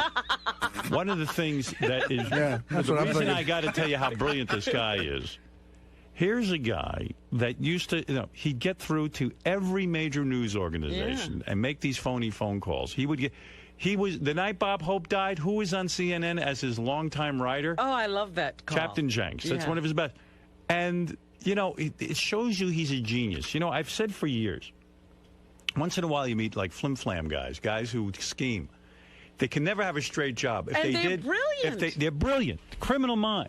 Now, I'm not saying that Jenks is a criminal. But he's one of these guys. He's so brilliant with these phony phone calls and things. And the way he would set it up, sometimes he'd have multiple phone calls, all kinds of things. And I got to figure there's a place for this guy if he could just straighten his life out because he's a bright guy. There is a place. It's called the Sober House. Well, all right. Well, you know what I mean. After the really Sober would House. love to know what he did, like what kind of skills he has, but he won't. What kind of what? No skills. Skills. He doesn't have any skills. You tell his skills are phony phone calls. He's a con man. Hey, Jenks, did you go through withdrawals on your own? You just got through it on your own? Yeah, well, when you go through rehab, what they do is they kind of wean you off over the day. Oh, so you had medication. Process. Yeah, he had medication. And I've even considered methadone clinics and stuff like that.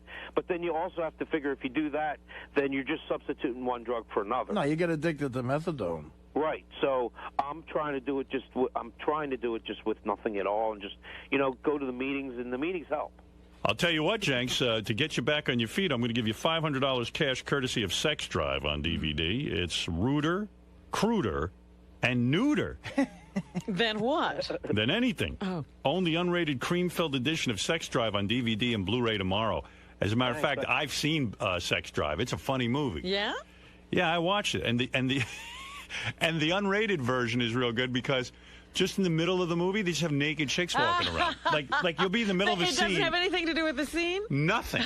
And just all of a sudden, there's a naked girl waving. Just they cut it in. I love that. Oh, my goodness. It's like if they put Spider-Man in every movie just so you could say hi to you. Anyway, okay, Captain Jenks, here's $500 for you. I appreciate that. All right, you're welcome. And if I had an address for you to send it to, that would be great. Well, we'll figure out a way to get it to you. Yeah, I know. I could, have it sent to my family or something. All right, hold on. He would appreciate a wire. So, Gary, are you surprised by Captain Jenks' revelation today that he's been on drugs? No, I knew there was something wrong. When I spoke to him like 3 or 4 weeks ago, maybe like a month ago, I told Howard he's all agitated and was just acting weird, and I thought there was something wrong with him then. I didn't know it was drugs, but I had a suspicion that it might be. Now, are there going to be any repercussions? Because, he's using the Howard Stern Show's name by getting these gigs. Well, is Howard going to cut him off or anything? But we don't have him on in the sense that, he doesn't even get to come on the show and plug. True. He hasn't plugged anything on the show in over 2 years, so, he sort of does his own thing.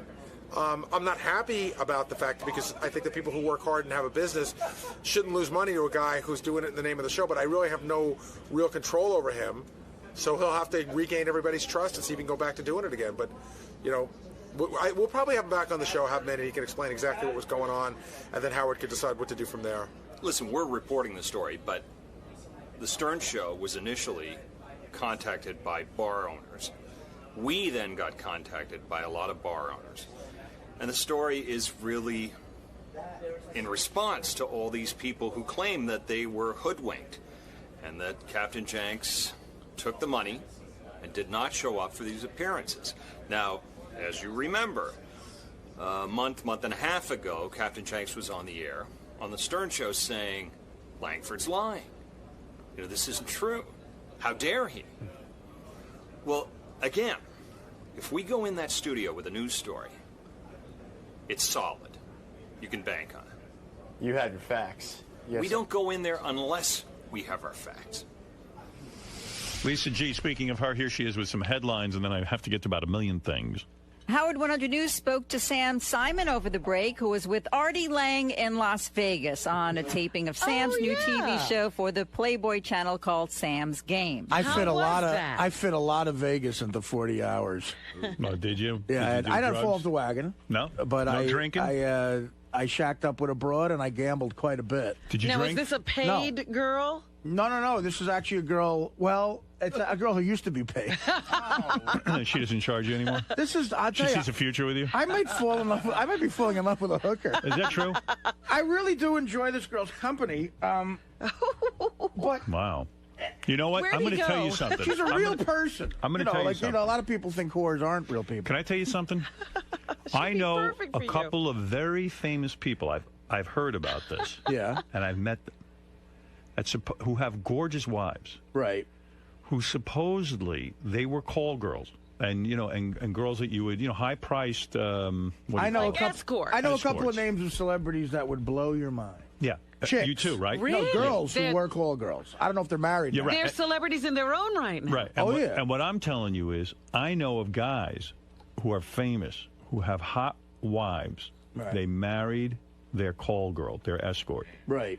What they do is they sort of clean up their background. They don't, they don't ever they mention it. They get the police records. Well, I fucked that over already. Yeah, you fucked that up. But the fact of the matter is, it's not the most unheard of thing. I don't think it's happening. She has kids, and she lives in all the way across the country. But I do it. Listen, well, you want a family. I care for this. You girl. tell me you don't have to pay her at all. Did you give her gifts? No, do you ever say to her? I don't have to do anything. No. But do you end up giving her something anyway? Not this time. Right. I was down money, but if I win money, I'll give her something, like a dealer.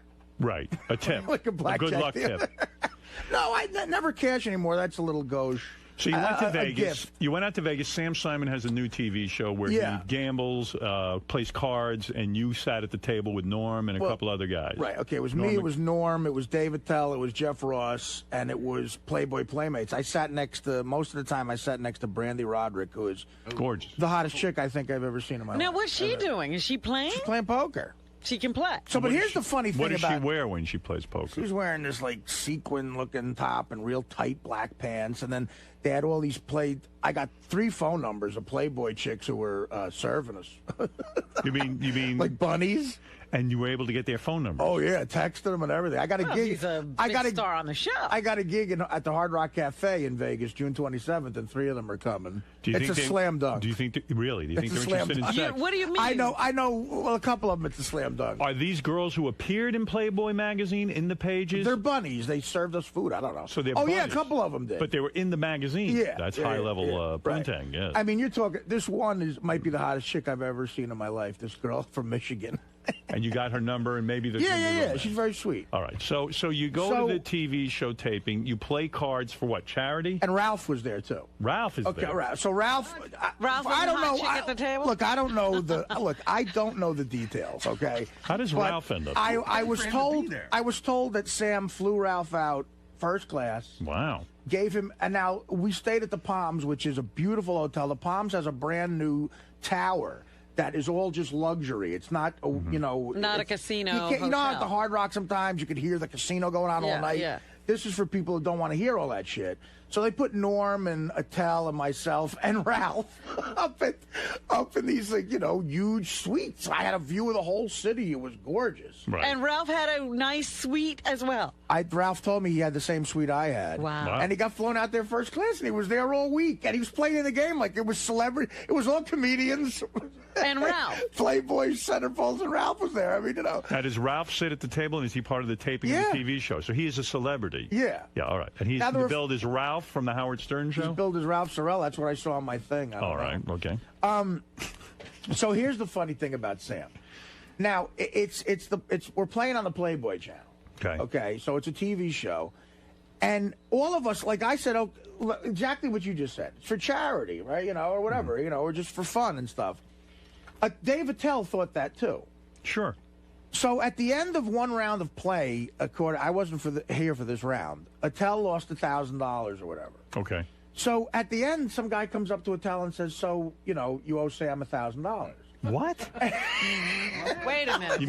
Are you serious? You're doing Sam a favor. You're doing his TV show. Right, but if you lose money to him, he could lose money to you, and you could lose money to him. But Sam is billed as a professional poker player, as is Norm Macdonald. Right.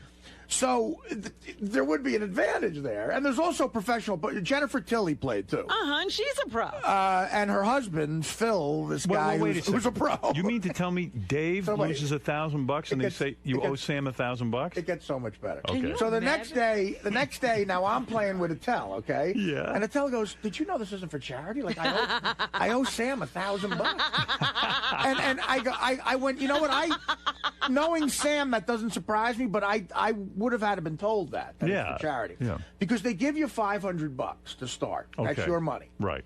And you also get paid $1,600 for being on the show. Oh, okay. So Attell is working for nothing. But Sam knows. But Sam knows the kind of people he's with. So, but you know, like we told Norm and you know, if you want more than $500, Sam will loan it to you. Loan it to you. Right, and then of course, you know, if you lose, what's the interest rate on that? There's no interest rate, but if you lose more than what you borrowed, you owe him that money. Well, if he is a supposed expert player, he's a professional. If he's a professional poker player, why would I want to go on his TV show, help him out, lose money to him, and lose money to him? Degenerate gambler? Yeah, I guess so. So this is what happened. So I said, "How much you giving me?" $500. I said, "Well, I need way more than that." Sure. I said, "Give me $5,000." So the guy immediately, like a loan shark, goes, "Absolutely."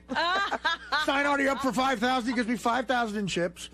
Now, the start of the TV show that has me and Attell and Norm at it, Sam opens the show by completely humiliating Attell and going, "Listen, on camera, Dave didn't know that he really owes me money, so Dave has to give me $1,000 and then we'll start." So now Attell on the TV show is taking out his wallet.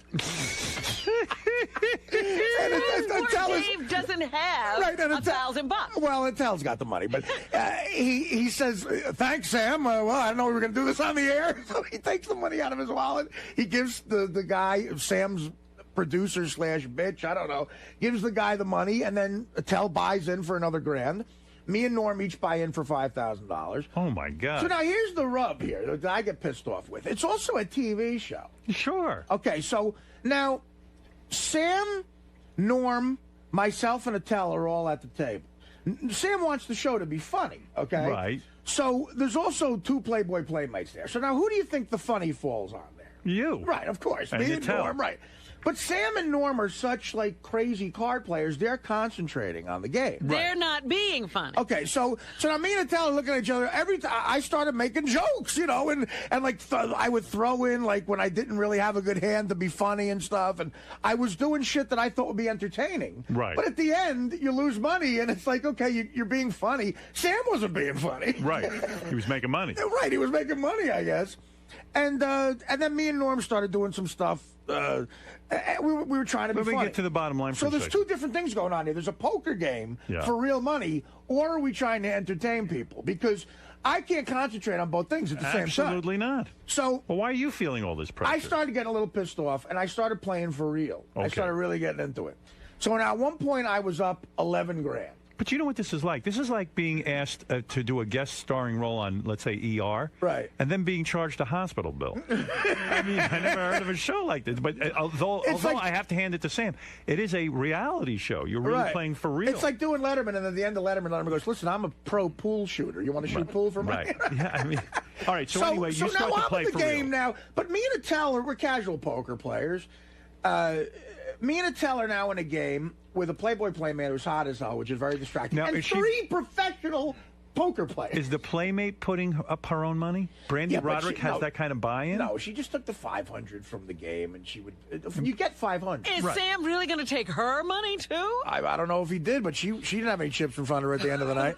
But listen, if you only bet the $500, you don't lose anything. Right. I lost. We lost because I put an extra $5,000 in because I wanted to play like a real thing. So now I'm up $11,000. Wow. At the end of the first round. So if we stopped there, that would have been it. But they take a dinner break and we do a second round. Okay. Now, they send me out into the fucking casino with, I'm like, fuck it. I started really gambling. I'm playing craps. And then, so I go up to my room and I call this broad. And the producer of the show says, look, you got to come back down and do the second round because, like it's a TV show. Right. So I'm like, all right. So I go back down and I win the first couple of hands. And then me and Norm get involved with this hand. Now, Norm is a really good poker player. All right. And I've played poker with him for years, but I kind of know, like, I'm not going to say he has a tell, but I kind of know when he's got a hand, I think. Because Norm is great at making an I don't give a shit face about everything. Right. So it comes down between me and Norm and whatever you got. I mean, so many people know about poker now, but I had a pair of kings with, like, a queen high. Okay. That's all I had after the flop with everything in beginning. So me and Norm start gambling, and I can tell by the last card, the river card, that he doesn't have anything. Right. But so I bet a lot of money. He bets a lot of money, and then I go all in to end this one round with Norm. On the river, the last card, Norm gets a flush, an ace-side flush. Wow. Okay, so and it looks like he played it perfectly, and I'm like, oh, so I'm making jokes about it. Again, there's cameras all over you, like be funny or do something. So I lost probably all 11,000 on that hand. Wow. I buy in for another 5. Okay. So we finish out the last couple hours, and I ended up down money. I ended up down like $8,000. I think Attell won money. Norm must have been up, and Sam was up money, I'm sure. But the second round, Jennifer Tilly stayed. Me and Jennifer Tilly did a movie together. So the whole time we're telling stories about the movie. Well, can you leave the game? Let's say you're winning and you say, like a real poker game, I want to leave. Not until I want to take my money and go. But what if you're losing and Brandy Roderick has to keep buying in? Then you can go out. They have people that just, the first playmate dropped out in 10 seconds. Right. She lost her money. Okay. And then Brandy sat down. So she was sitting right next to me. I keep ordering food from the waitresses. Like, there's a lot of distractions going on. So at the end of the game, Sam closes everything. Sam has a catchphrase, too, by the way. Oh, what's his catchphrase? I go, what's your catchphrase? He goes, watch, you'll love it.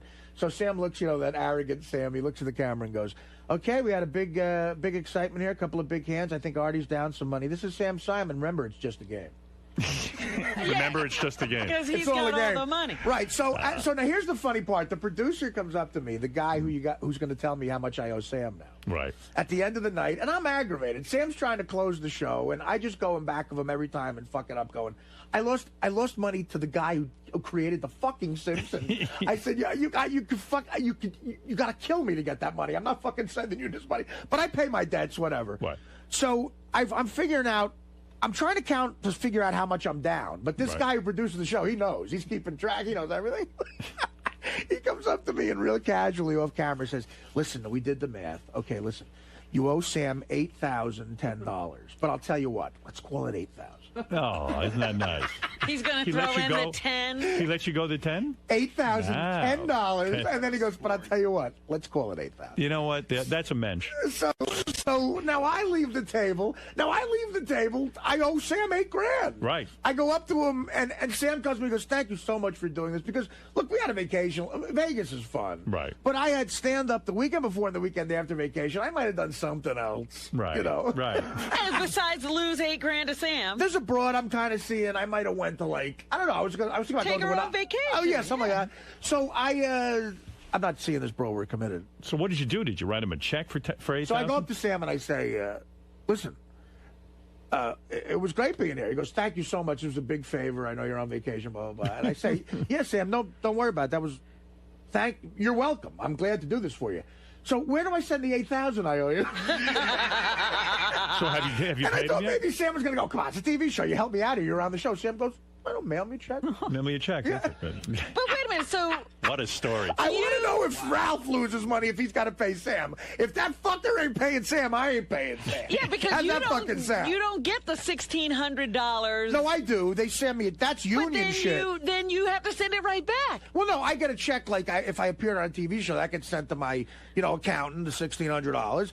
But I got to send up my own personal money, 8 G's to Sam. That's what I'm saying. You worked for nothing. Dominic, you're Worked for nothing. It cost me 6 G's. Dominic Barber. I don't get something, Artie. How can a private individual lend money to people in Las Vegas to gamble? It's against the law. You can't. No. Sam, you don't understand. It's like the guy said, how much do you want from like Sam's game? The show. The casino was loaning me the money. But when we sit down at the table, it's legal to gamble. In Las Vegas, we were gambling. We were playing poker. Who are you mailing the $8,000 to? The game. The show. Not to the casino.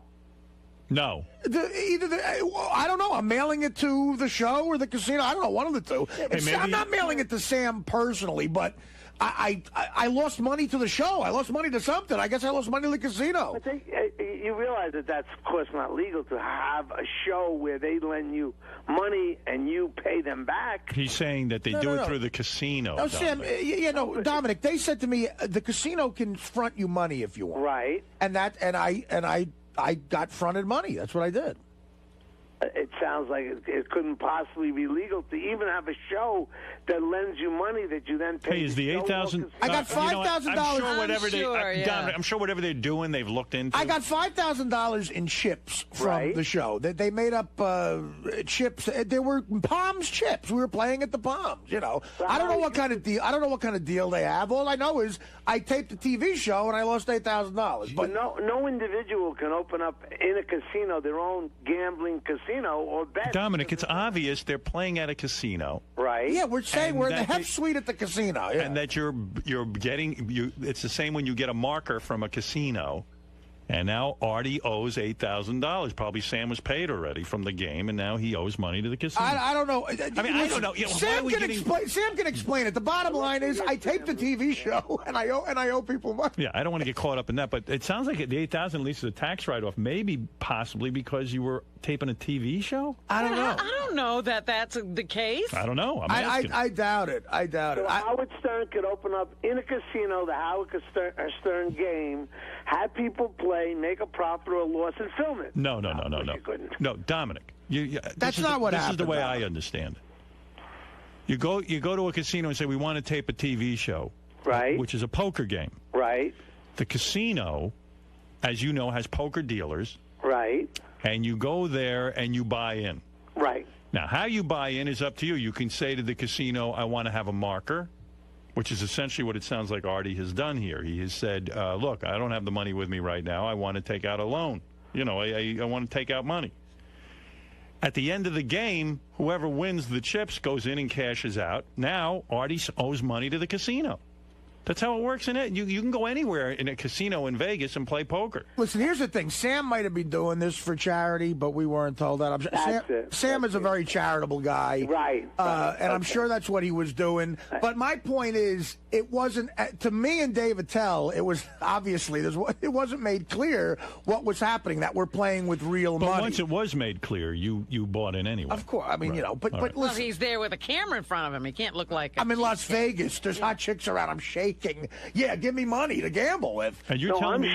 I'm sure, knowing Sam as wonderful as he is and charitable is, that he didn't do anything intentionally. But I don't believe that a casino can have another organization front like that. Right. You're not listening to what Howard was saying. Dominic, you're not following. But it's okay. Listen, I got to go. I'm telling a story. I doubt, and obviously it's a funny story. I lost money. I doubt Sam did anything wrong. No, I know he did. But maybe it all went to charity in the end anyway. But it is hilarious. He wasn't in on the deal. He doesn't know how it's structured. But so afterwards, that wasn't the point of the story, to find out whether it's legal or not. Yeah. We're assuming the legalities have been checked into. Thank you, Dominic. Believe me, there was nothing but law enforcement officials. Let me understand something. So you're telling me you didn't drink, you didn't do any drugs, not even close. Wow. You just lost money.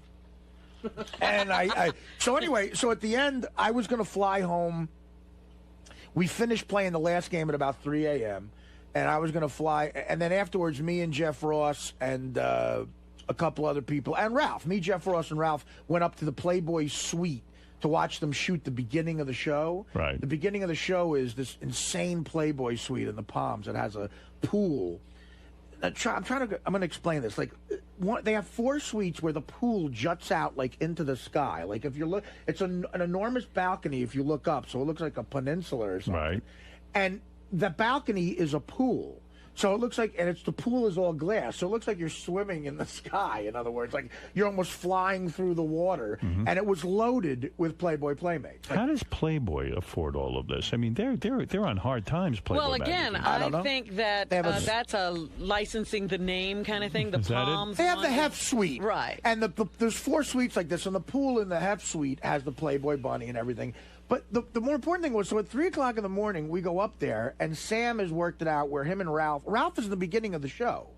There's a bit they do in the beginning. It's Sam and Ralph. Like, they're connected now publicly. How did Ralph get to be his sidekick? I don't know. But All right, well, at least Ralph's got a job. Yeah, that's probably how Sam got him money to get flown out there. Like, look, you'll be in the show. It's a write-off. So Sam and Ralph are surrounded by 12 Playmates. So they're shooting with the Playmates. Now, me, Jeff, and Ralph are watching these Playmates.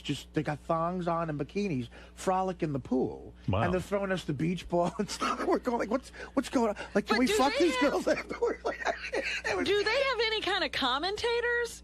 Well, Sam and Ralph are the commentators. They're waiting for Sam to come up there and shoot it. They're getting, like, B-roll of the girls playing. And Right. And me and Jeff and Ralph are like standing on the side of the pool talking with these girls, like, and the camera guys and shit have work to do. We used to look like hungry wolves, like, just drooling. So I get so horny now. It's 4 o'clock in the morning, 4:30, and I have to have a flight at 6:55 a.m. Right? How do you stay up that long? I don't even know how to do that. I had slept till about noon that day. It's Vegas. You know? Okay. I don't know. I mean, Right. Go ahead. I don't get bored in Vegas. Right. I don't get Gary in trouble. So so now I'm kind of horny from these broads, and one of them was kind of, I was talking to her, and they're like, well, we have to stay here and shoot this all day. So I call this chick that I know, and the hooker. The used to be hooker. Let me ask you, And you really think she used to be a hooker? She's still a hooker, but in my life, Howard, let's calm down. She's not a hooker. No, you get her for free. I understand that. I don't know what she does. You don't ask. Right now, she could be fucking a guy for money. I don't know. Right. I don't want to think about it. Okay. Right now the girl Because you have feelings. Right now the girl I'm dating could be shitting. I don't want to think about that. Right. So I call her up, and I'm like, it's either jerk off or call this girl. And when you're in Vegas, there's always options. And she was around, and she came over. So when she comes over, she must fuck great because she gets paid professionally to do it. She's such a doll. She looks like who is a couple of people here have met her. Dan the Song Party Man. What did he say? She's smoking. Smoking hot. She looks like I showed you a picture of her once. You did? She looks like a young Nicole Eggert. Oh, my God. Like a young one. And you wouldn't deal her to anybody else. Like, this isn't the girl you got for JD or anything like that. What am I, a jerk? What do you think, he's an animal? No, the girl who blew JD and fucked JD was a different girl. So somebody else set that up. That was the best. JD's at Nobu. Clearly a whore comes over. So she shows up to your room. She comes up and like I know everything about her now. I ask about her kids. I know her. How long does it take after the small talk before she starts fucking you? This was quick because I told her, I said I was horny. So I ordered some food and gluckle, gluckle, gluckle. Yeah, Tracy Morgan showed up and blew. You know what happened to Tracy Morgan over vacation? No, what'd he do? He's the funniest guy on the planet.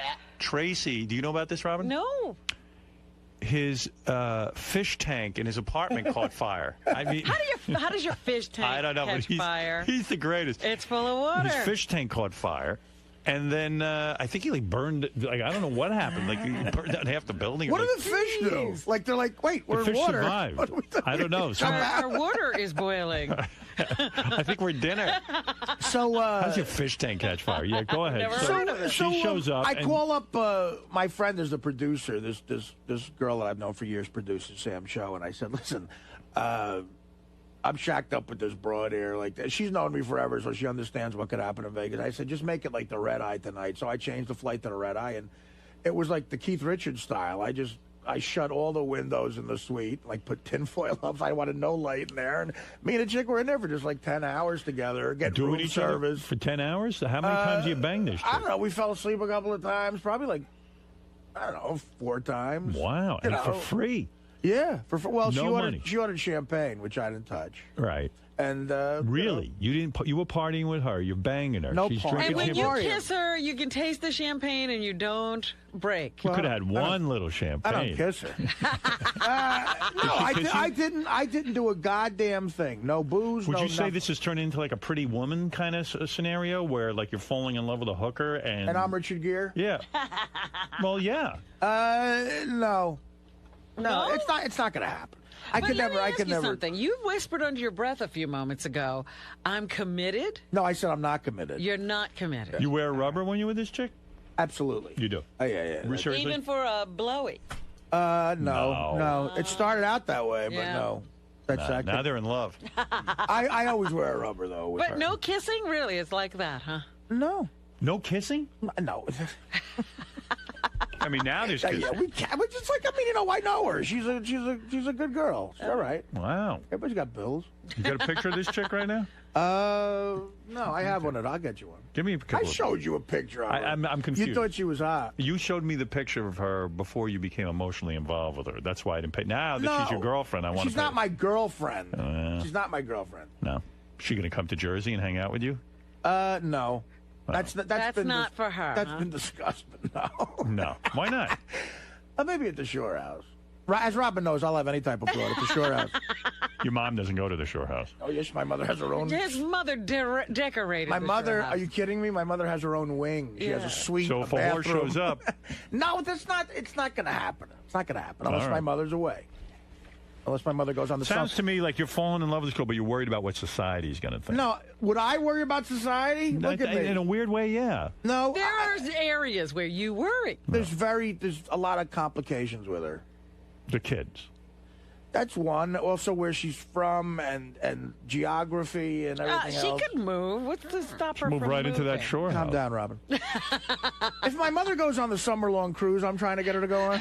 The way I'm thinking about it is you got a whore for free, and you had to pay Sam Simon $8,000. So you're kind of sort of equal. made out of you. Yeah, you did okay. Now, in regular gambling, Go ahead. I won $12,000. All right, so you really won $4,000 is what you're saying. With the 1,600, so if you count the 1,600, the game, the 2, and the 500, if you want to get really Technical. cool with the math, And the 10, even count the $10. little over 6 G's. 6 G's you won. Up.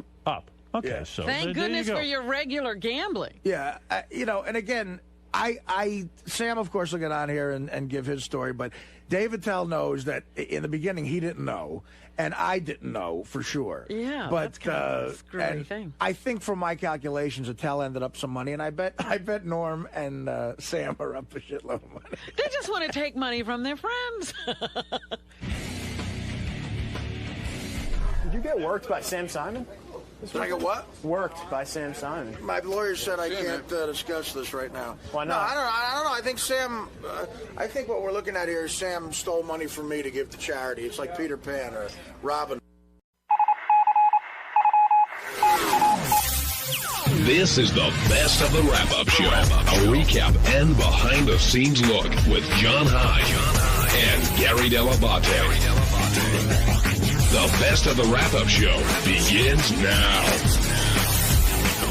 On Monday's show, we talked about the fact that Steve Langford wouldn't come into the studio in the morning and whether this was going to affect his reputation and his credibility and whether it made him a hypocrite or not. Here's how it went.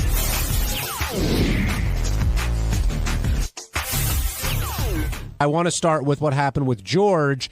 And I guess Richard wanted him to officiate. Is that the right word? Officiate the Yeah, that would be about right. And I guess he told Will this, and Will had told Howard, but it was news to George. Right. And George is such a sweet guy. He would do anything for anybody here. He is one of the family. But Howard wasn't too pleased about that coming up, although Richard and George do have a personal relationship. But that bled over to what happened with Steve Langford, where I guess his daughter interviewed George for some kind of project. And Howard drew the line. He's like, I don't want people bothering the guests. And where was he going with that, one, Gary? And two, why didn't Steve Langford come in and defend himself? Well, the first part, Howard has always said, I don't want people bothering the guests, and it doesn't matter how high or low you are on the food chain. You know, I remember the first, like, Howard would say, I don't want people taking pictures with the guests. I want guests to be able to come up here and not be asked for autograph, not be asked for pictures. And then there was a weird thing going on where Jackie would have the day's guest autograph one of Jackie's jokes, and we put a stop to that. And then it was, everything from, Grillo calling Sherry Lansing looking to get acting work to, John talking to stockbrokers, and how it's just like, leave my people alone. So, I mean, that's sort of the rule. Don't bother people who are on the show and ask them for favors. But sometimes, I guess you cultivate personal relationships with the people who are on the show. And Howard could look at it and say, everybody you basically talk to, you specifically, Gary, is as a result of him. Like everything on the show, because people call and complain all the time, there's hard and fast rules, except there's different rules for everybody on the show. So I'm sure there's more latitude for Robin being friendly with a guest outside the show than there would be for, say, Jason. But, as a general rule, Howard doesn't like the guest being bothered. Howard feels everything's a bother. So he feels like when you ask somebody something that it's a bother to them. And listen, it's his show. It's totally his prerogative. And maybe it is a bother. Like maybe George is too nice a guy to say, I really don't want to do that. Do you think Steve made a mistake not coming in today? Huge, huge tactical error on Steve's part. Why is that? Because he paints everybody into a corner and explains to you why they have to answer his questions. Steve should have come in and just sort of said, hey, I agree with you, I made a mistake, or I disagree with you, and here's my argument. But how is what Howard was saying about Steve Langford any different than the argument between Steve Brandano, Steve the intern for the purposes of this, so everyone remembers. Remember Steve Brandano went to an event and his girlfriend at the time was there and he said he didn't want her interviewed? That's right. And Langford goes, it's part of the story. What's the difference? And, well, another thing about that, Howard wasn't looking to talk to Steve's daughter or family there. He wanted to talk to Steve. And I guess when family comes up, all of a sudden you want to sort of change things. What happens is when you have a big sensitivity to it, it's at that moment you have to decide whether you're going to go in or not, and then you sort of dig in and hold your ground. And Steve's got to come in sooner or later. How did he react when you went back to get him? I called Steve. Jason called Brad, and he said, "Yeah, Steve's here." So I said on the microphone, "Steve will be here any minute." And then all of a sudden I noticed. It's a 30-second walk over here. So a minute and a half went by, and I said something's wrong. So I got up out of my chair and I walked over there, and I said to Brad, "What's going on?" He goes, "He's not coming in." And I'm like, "What?" I couldn't believe it because it's just not Langford. So I walked over, and Langford put up his hand and he said, "Listen, his daughters are off limits. My daughter's off limits." And I was like, "But Steve," and he's just like, he didn't want to hear it. So I just came back and reported it because I figured I'll let Howard handle it tomorrow. Well, like you said, eventually he's coming in anyway. So now, I mean, does it make him a hypocrite? Yeah, I think it does. I really do. I like the guy. I can like a guy, and I think his news stories are amazing. But yeah, it's a hypocritical of him not to show up today on this count. Rich in Pennsylvania, welcome to the Wrap-Up Show. Hi guys. Hey, I want to talk about Langford. Gary, I think you're right. He's lost all credibility. Now when he comes in, what he did to Jenks, painting him into the corner, all Jenks has to do, all any of you all have to do from now on is say, let's talk about your daughter interviewing George. And he's got no credibility, none whatsoever anymore. He just wussed out like a big puss. I want to know how old he is. I want to see his birth certificate. I don't care how old he is. He acted like a 4-year-old. Oh, you can't talk about that. He talks about everybody else's problems. Even after they tell him not to, he'll go right in after it. So I think it's going to end up being one of those things where he even now, if he's listening to this, he probably thinks to himself, you know what, I should have just gone in and dealt with it because it's just gotten bigger than it has to be. Well, you know, guys, when he starts, it's going to happen. He's going to bust somebody's balls on something. And it's going to come before Howard, him, and whoever, and I can just hear it. I can hear it's almost like you can write the dialogue. He's going to be busting on you. Hey, let's talk about George, your daughter, in the interview. I can hear it coming.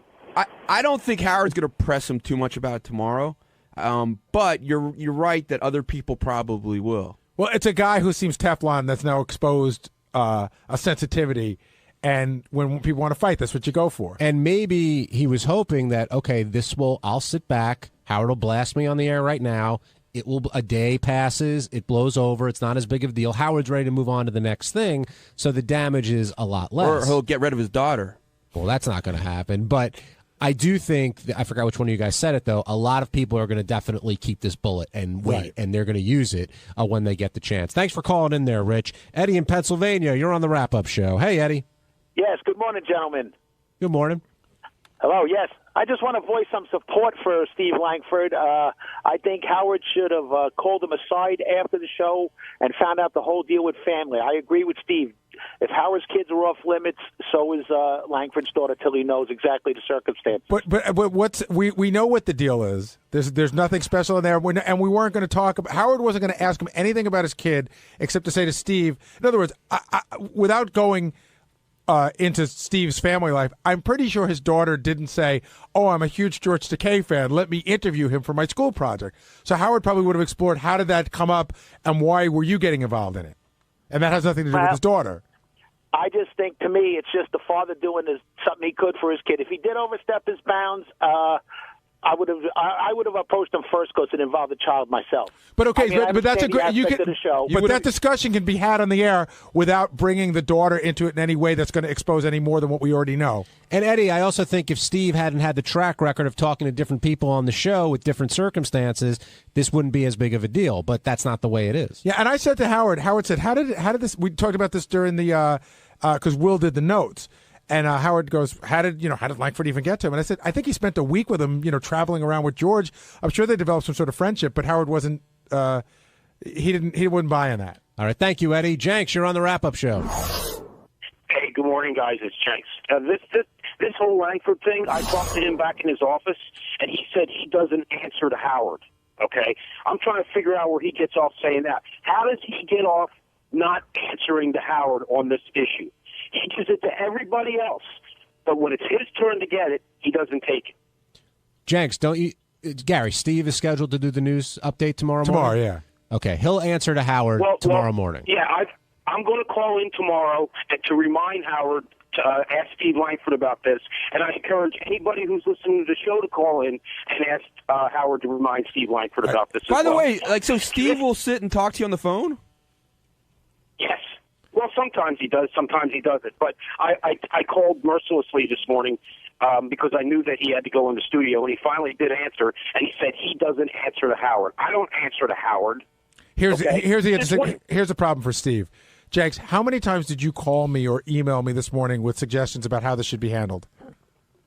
Probably 10 or 20. Exactly. The first email was at one point. The first email was, "This is bullshit." The second one is, "You better get Langford in." The third one is, "Langford has to come in and repeat." Then it was a phone message, and there were more emails, and that's just Jenks.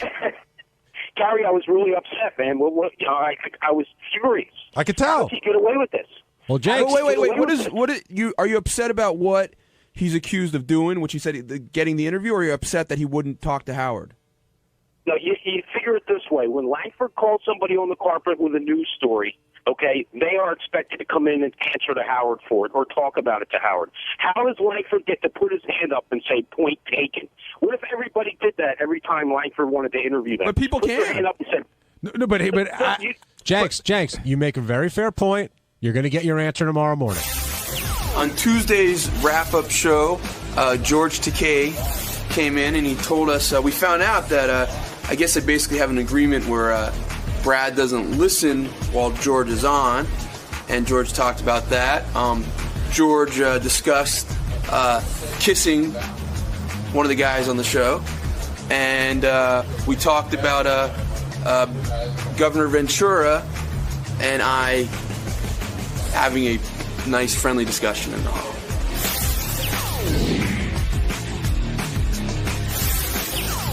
Now joining us, and he's always gracious enough to do this every time he comes in, is the Stern Show announcer, Mr. George Takei.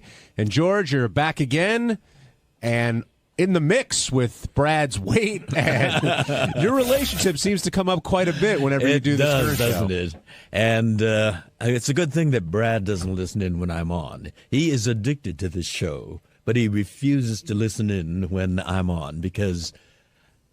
Well, he has given me free reign. He says that's the way the show works, but he doesn't like to hear what I have to share when I have free reign. When did that start? From the very beginning. Right from day one, he would not listen when I'm on. And he gets it from, there's that guy who writes capsule synopsis of what happened, and that's how he finds out about it. But you've gotten some crap once in a while in the past. How does he find out about stuff like that? You know, like your bachelor party? Like, how did he find out about that? Well, that was written about. Right. And then other people email him, too. So See, I'm telling you, being in a gay relationship is just like a marriage relationship because sometimes people email my wife and tell her shit I did on the show. George, how just like regular people. George, how would Brad react if he heard about that innocent kiss that you and Benji had today? Would he know that it's part of the show, or would he be a little upset? He would know it's about part of the show because we go to parties or we meet other gay couples and we greet them with a kiss. I mean, it's part of but not an open mouth kiss. Well, actually, George, Brad just went on your Twitter account. He did? He said he knows about the Benji kiss, and Sunday is off. Off with capital letters. Well, then I'll try for Monday. It's a good thing you weren't with a model, or it could have been the whole month of May. See, Benji? See what you did? Sorry, man. You're too cute. Did you guys connect at all during that moment? Did you see something in each other's eyes? I saw him pull back right away. I mean, I felt him. No, I didn't connect in a sexual. I like George a lot, so. And I like you. Thanks. You got beautiful eyes. Thank you. He's embarrassed. Look at him. He's blushing. He's beet red. Hey, Ronnie, while we had you here, beforehand, when we were talking, I told Benji about this. You said what Benji did today with Jesse Ventura, that's not a rare occurrence. He does that all the time. He does it. He does it as a thing for TV, I think. And, when I tell him a lot of times, I'll say to him, like, Benji, go away from the guests or whatever. And he'll just look at me and he'll smile and he'll just keep on doing it. And I think he thinks I'm picking on him, but Benji doesn't realize that I do work for Howard, and Howard does have certain rules, and I do abide by those rules that he asked me to enforce. And we had the same problem. Can you let me talk? I didn't know you worked here. Could you let me talk? I didn't know you worked here. When Richard and Sal, we had the same problem with more Sal than Richard. I didn't recognize you. I'm sorry. He used to do the same thing. I thought you were just some guy in the hall. Howard got upset about it too, and I used to tell Sal, and he also used to ignore me about it. And then until Howard blasted him, then he realized that he wasn't really supposed to be doing this stuff. So do you think Benji will continue to ignore you now after what happened today? It came to the point when Howard really blew up today, and I don't think Benji realized how mad he was, but he really was mad. And I don't think Benji realized how mad he was about the whole thing. I mean, I know you yelled back at him. I don't know with you. You never know if it's shtick or you're serious, because that's the problem with you. Nobody ever knows the real Benji. That's the problem. And it was the whole thing with being late for work and the whole thing. It was the same thing. Nobody ever knows what your deal is, Benji. That's the whole problem. Okay. The only thing odder than the talkative Benji is the quiet Benji. Yes. George, or the other Benji, the make out with you? No, the resistant and defensive and George, somewhat hostile. But Benji. if someone's mad at you for something that didn't occur or occurred in a way, and it's being painted in a much different way than it occurred, you would want to explain yourself. Like if there was $20 on the table, and you grabbed it, and someone's like, wow, George stole that money. And you were like, no, actually, Brad told me he left me this 20. You would want to explain it before getting yelled at that you stole the money. Did you see how Will handled it? When Howard was saying... when Will messed up the oatmeal. Right. And he said, you're right. Yes, you're right. But and he was not resistant. And in this situation with you... I think it's okay... Listen, I think it's okay to be resistant when you're being, when you're being mistreated. I think it's okay it was a reasonable desire on the part of Howard to say, the guests are here for what I've said. Howard does not need to be reasonable. That if he decides something, if he wants us to walk on one foot or hop through the hallway, and that's part of construction. That's absolutely fine. Yeah, that's reasonable. It's reasonable if Howard wants it done and that's the condition of working here. What I was saying was I thought I went through what are considered the appropriate steps before I did it. Hey, it's Sal Governale, and on Wednesday's wrap-up show, Jason Ellis was on talking about George Takei fondling his junk. And speaking of junk, I was talking about gazing at some cock in the gym room. Now, it was strictly a gazer, and it was for statistical reasons only. That makes sense. Check it out.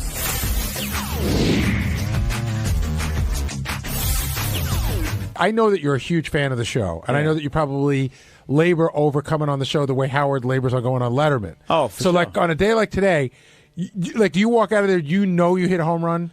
No. Because you did. Yeah. I mean, you hit a home run today, right? Everybody agrees?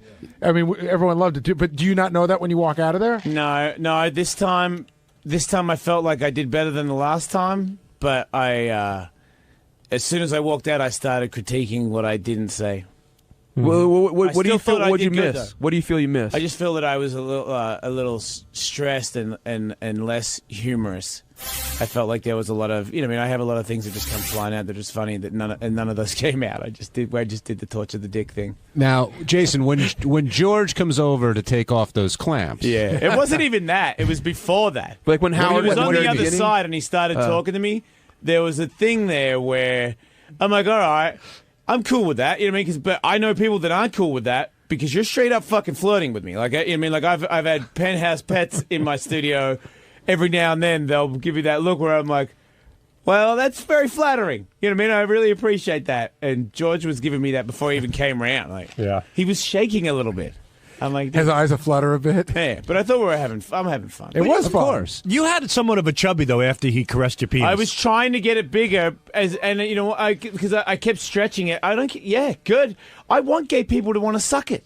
Is there something wrong with that? No, go ahead. I want everybody to want it. You want a gay man to suck your penis? No, I want. I don't think a straight man would. That makes sense. I want everyone to want to suck my cock except my friends, because it's like when you go in a locker room. Like I'll change with random dudes and their dick can come out, but I ain't fucking changing with Bubba Booey over here. Like now that I know you, I don't want to see your dick in the locker room. Does it bother you if a guy change and then I'll come if a guy waits in the locker room just to see your cock?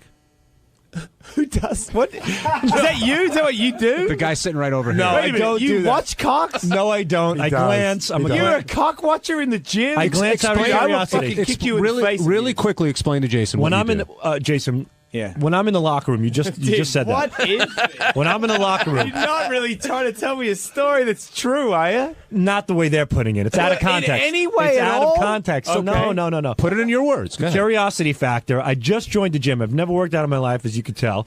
And I just joined the gym. And when I'm in the locker room, a lot of men have a tendency to get naked. So now I'm trying to fulfill my curiosities as a man.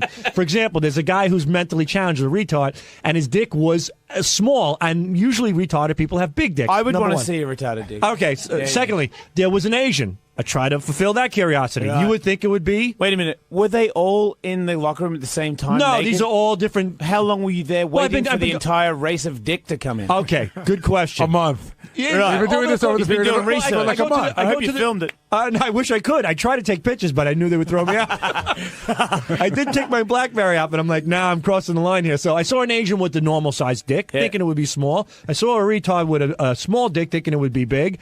And I've seen a guy like you, actually, a real buff guy, who I was hoping. Now here I am changing. You're hoping you had a little dick.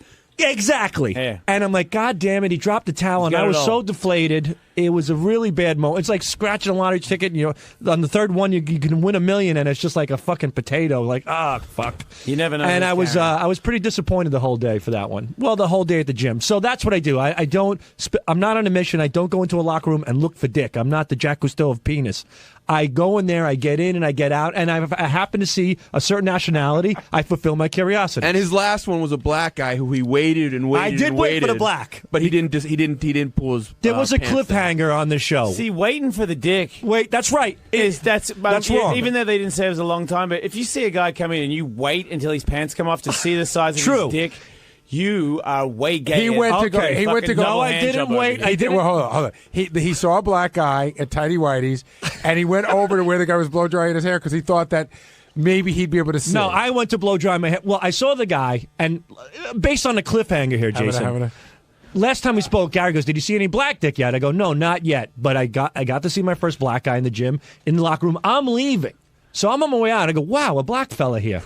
So you were on the way out? I was on the way out. If you didn't work for this fucking radio show, I would call the cops. Hold on. Again, it's a cliffhanger. Gary asked, so I saw the black fella. Don't make it sound like you had to stay. I didn't. You had the to obvious stay. cliffhanger. Wait. He's making it sound like he had to go back so he could come report to me. You know what I mean? No, you're the gay I one. believe that. No I one believe told that. you to do this. No, This is your I believe curiosity. You did. That's why I think my it's curiosity. okay. That's what I'm saying. I believe you did it, research to tell the story and tell Gary. It's like your obsession with the show. Like you walked down and critiqued yourself. When Gary asked me last, he goes, "How about some black dick?" I go, "Haven't seen one yet." Saw the black fella, put on the brakes, I get hit it. the blow dryer, I get it. try to finagle my eyeballs a little bit, and he put on his sweatpants, so I messed up. But I get it, though. Stay tuned, everybody, in the wrap-up show. We will eventually find out. It's really Gary's the perverted one. Maybe. He's using you. Can't to you get just the do a information. show? Can't you just do a segment where you get random people to come in and guess their size and just get them all to drop it? We could do that, yeah. Well, then you could just nip it in the butt instead of being creepy at your gym. Yeah, dude, why don't you make it a Howard 101 special, Sal, where you critique dick? Yeah. I don't want to critique it, but again... Do you want to come on my show and I'll do it on my show today? I'll just get like a bunch of... Anybody wants to come in and pull their dick out. But Jason, the Dick point, frenzy. the point, it doesn't have to happen for a show. He's doing this in his gym. I mean, this is just... but I believe he's doing it for research and development for the show. I really am, do. and wait, well, I said it fulfills my curiosity. You don't think, Gary? You don't think? Look, I think he wants to know. Do you think if he fired him, he Right. would continue to do it? Yeah, I do, because I think he wants to know. I think we all want to know. I think every man. No, I do. Okay, I you do. fucked yourself. No, I didn't. Nobody wants to We know all want to everybody's know. penis I'm size. telling you, we all. When Steve Brandano takes a fucking piss, and if there's a guy next to him, and he has the opportunity to get an eighth of a glance just to see if he's holding up in the society of men, he's gonna do it. That's us. We're men. We measure up. We measure our biceps against biceps, our chest against chest, and our cocks against cocks. I think it's only for insecure penises. Well, I'm insecure. Look at it. It looks like an aardvark. It's a disaster.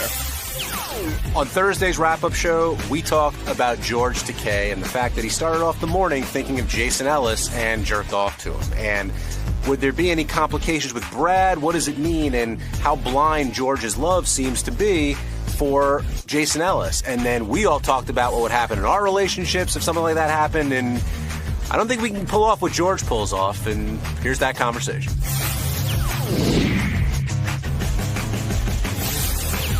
I want to talk about what happened at the very beginning of the show, where George talked about what he did in the shower this morning, and basically, and you guys correct me if you think I'm wrong, proclaimed his love, admiration, I'm not sure of the right word, for Jason Ellis. And he said he spoke about it with Brad. You're being too nice. He said he jerked off in the shower this morning thinking of Jason. Well, that's another way of putting it, and much more succinctly. But I guess, do they have the relationship where it's comfortable enough that those kinds of things can happen, or do you think that there's more bad news for George around the corner? He just doesn't know that it's coming. Well, let me ask you a question. I think Mutt started to bring this up a little bit, that they were going to talk about this on Superfan tonight. If you spent the whole week, right, sitting in there talking about that you thought your wife was fat and that she could stand to lose some weight, and then at the end of the week, a really hot girl came in and you just started squeezing her naked tits, would you be able to go home? I wouldn't have a wife. I seriously, and I wouldn't blame her. Like, that's, and I think... So maybe they do have some special arrangement. I think they do. I mean, Stacey said, when she was talking about relationships, she said that maybe Brad's weight is his passive-aggressive way of telling George that, you know what, I'm going to be this way because, he's kind of fighting back in a subtle way. Or maybe everything's just smooth between them. It's hard to tell. What do you think, Ronnie? Well, it's not the first time he's touched a cock on the show. That's true. But I guess they do... They've had an arrangement, obviously, before Brad's weight came up. But George was like, listen, what I did yesterday was I just touched it. I didn't, he sort of insinuating that because he didn't do more about it. I guess it could be, a guy saying, hey, I felt the girl's tits. I didn't do anything. Yeah, but Gary, remember the day the guy was in here with the 12-inch cock and he had his hand down? Well, he had that look on his face like if I had my finger up some girl's ass or something. But isn't that like for years, girls have been coming in here, guys have been feeling them up. Isn't just touching a dick the gay version of that? I don't know. I can't define that. I'm not in that position. Yeah, but a lot of guys don't do that anymore. Like, you don't do it anymore, do you? No. And I'm sure, that's because of your wife, right? Well, she didn't like it, and I started to feel a little dirty doing it. I'm not going to lie. I don't know if it's a kid's thing, even though I have boys. When you have kids, I start to feel a little creepy doing it. And John, have you ever done it in here? Not on the show, no. Well, not How about on off the show either. No. Yeah, John. John doesn't. I got to be in the green room. Not on the show. Bad answer. No, I wouldn't do it. Yeah. I wouldn't do it. I think it's disrespectful to my wife. Would you have done it when you were single? When I was single? Yeah. Sure. But I don't think a lot of people are doing it these days, Yeah, I said, right? And Howard stopped. Howard stopped. He said out of respect to Beth, I think. Ronnie, how about you? Have you seen me do it? No, but next time I haven't been in there. But if I've been in there with a flashlight to put them under the check for implants. Right. But there's a difference between that. I've held them up and put the flashlight under it. Like the one that I remember. I'll do it. Bring somebody in here right now. I'll do it. I can't remember the girl's name, but we had her. It was back at terrestrial radio. She had that funny, like, real New York accent, and we all said we didn't believe she had real tits. And the line was ridiculously long. I remember that. I think Wood Yee was on the end of the line. That's what the clown car line, right? That's when I was the last one, I think, to go in with the flashlight to test them. Well, who usually leads that charge? Well, DePace has always said to me his wife doesn't care and he can do whatever he wants. But he hasn't been in there in a while. But he says it's no big deal. Pam doesn't care. I don't know who leads that charge. Usually it used to be, I don't know. I can't remember. Well, I think the difference here, getting it back to George, is not only is George touching him, but the way he's referring to he's literally gushing over, this guy. And if you're married to George, Gary, would it bother you? I would think so. Listen, if my wife went to, what are those Chippendales, and she was jamming her hand down a guy's pants, and even though she was laughing, she was grabbing a dick, I'd probably be pretty annoyed.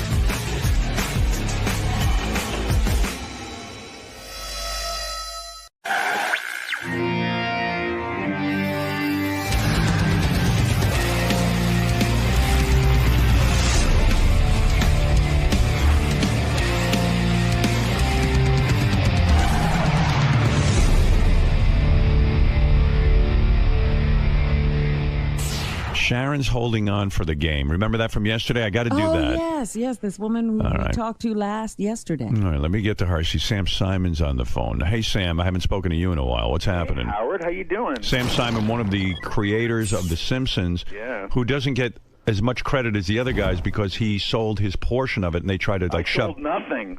Well, No, I mean, but he left. He left, but he shouldn't have because those guys try to act like Sam had nothing to do with it. But he really they don't. I think they do because when I saw the Hollywood Reporter article and stuff, I was like, hey, why is Sam not more prominent in this? Sam had a lot to do with it. Years and I left after the fourth year. I heard the drawings were really shitty until Sam took over. Oh, that's true. There you go. All right, Sam. Anyway, what's on your mind? Well, I got a few things. And first of all, I want to thank you for AGT. It's my favorite show on TV. Isn't that a shock? Because of you. I was sick of the talent shows. I just was done with that stuff, and now I am so into this. I'm looking forward to the live shows and Me too. finding the winner and all that stuff. I got to tell you, I am so thrilled by a couple of things that have happened. That I get a lot of email and tweets and things from people who say, I kind of gone away from not only America's Got Talent, but all these talent shows, and we feel like you revitalized that. I get so proud. Howard, that it's the same thing that you did with radio. It was boring, it was over, and you have brought some unpredictability to it. Yeah, I'm very excited about that. And I'm also excited that people are telling me that 99% of them are watching the show with their kids, and they're like, they can't believe that their kids are Howard Stern fans. And so it's all sort of exciting and well, new. I don't think a lot of people know who you really are, this reputation. Right. I see Howard on the show, and I think it's great. Right, it's fun. Although, I mean, I like when you rewatch the show, right? Yes. When you saw this mentalist, right, psychic, what was he? Yep. The mind reader. The mind reader. The mind reader. Could you tell how he did that? Well, I actually know because I've employed a few mentalists. Oh, okay. But I I tell you the truth, I thought that guy was terrific. Yeah, we know there's no real such thing as a mind reader. Right, we know it's a trick. Yes, Yeah, but he did a wonderful job because what I loved about him is, I don't know how you felt about him, Sam, but I thought he was very unassuming. I've had guys do that kind of thing, and the way I judge is I say, this guy's got something interesting. He's got a good presentation. Let me see what else he's got. Does he have a show in him, or is he just a one-trick pony? And that's my criteria. Well, no, I mean, I liked him, and I thought he did a good job. I thought the stuff he was saying was really good. But I don't know anything about magic, but I think yeah, but you think you know. But, I think I know. Yeah, people tweeted me. They go, "Oh, he must have had an earpiece in." No. There was no earpiece. Someone else goes, "He must be able to see underneath the tape, like from. He must be able to go look down." I think that's part of it. Yeah, this is all of the stuff. But for those of you who thought that he had a partner in the audience and a remote control thing, the producers told me afterwards. I said the guy did a great job. They said to me, for sure, he doesn't have a shill in the audience because he had to perform it for us in a room without anyone in it. I mean, I guess he but so he I don't think that's what he did. He provided his own mask, basically. But I don't want to. I mean, I actually know something about this. Okay. But I thought he did a terrific job, and most people who are not, privy to how these things are done, were tweeting me. They go, "Is that guy for real? Is he really able to read minds?"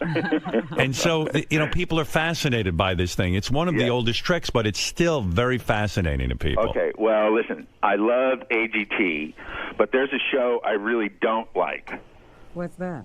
It's called Fast Food Mania, and it stars someone that I do like, and his name is John Hine. Well, I'll be watching the show tonight. I haven't seen it yet. Well, what's wrong with it for you? Are you objecting to what he's promoting? I'm glad you're here. I hope you're feeling better. Thank you. But you're objecting to. Side with this. I heard you say you liked it. I liked it as a show. Do I like the fact that he's telling people to eat that sort of food? Of course not. God, Robin, he's not just. It is a celebration of gluttony and animal abuse and global warming that is beyond belief. Well, I got to defend John for a second. I have not seen the show yet, but listen, Sam, let's be realistic. A lot of people love fast food, and John loves fast food. What? Well, I'm saying if you're a fan of fast food, sitting and watching John gloriously kiss the ground where Colonel Sanders once walked is the funniest thing in the world to me. He could not kiss the ground where Colonel Sanders. Osama bin Laden was born on television. You're comparing Colonel Sanders who kills chickens to Osama bin Laden? Oh, I will compare that. I'll tell you why. Because obesity kills 100 million people, and Osama bin Laden killed 3. But you're thinking too much. Yeah, but this is a killing by choice. Sam. People choose this. Sam, What, the chickens choose to be killed? I said the people choose it. Sam, you're thinking too much. No. John, do you want to defend your show? Listen, wait a minute. Kentucky Fried Chicken is the most notorious slaughterer of animals in the world. His Holiness the Dalai Lama has called for a boycott of Kentucky Fried Chicken because they use the cruelest, most outdated methods in the world to kill 1 billion chickens a year. Sam, you're talking to a guy who doesn't. I don't eat any birds anymore. Okay. I still eat and fish. I don't eat meat at all. Yeah, right. So we understand the politics of this. But what about the planet? Laura, let's talk to John Hine. John, how do you defend yourself? Sam Simon is watching your show. Will you be going into the methods that this meat is derived? Yeah, John, why are you not visiting Kentucky? Wait a second, John. Why are you not? Creatures that can suffer, John. John, why are you not visiting? Howard, in the main title of the show, listen. Say somebody feels that. Well, I want to eat a hamburger. In the main title of the show, John Hine is eating a hamburger that is 18 inches tall, and he looks like he's in heaven. It's got about 25 patties in it, and grease and cheese spilling out from everyone. It's the most disgusting thing you've ever seen in your life. And he's in bliss. And he looks like he's in heaven. Well, let me say something, because this needs to be said. Why are you taking taking his side. Well, hold on a second. Because you're out of your fucking mind, Sam. That's why. John, will you personally visit the slaughterhouse where Kentucky Fried Chicken kills their chickens? They won't let him in.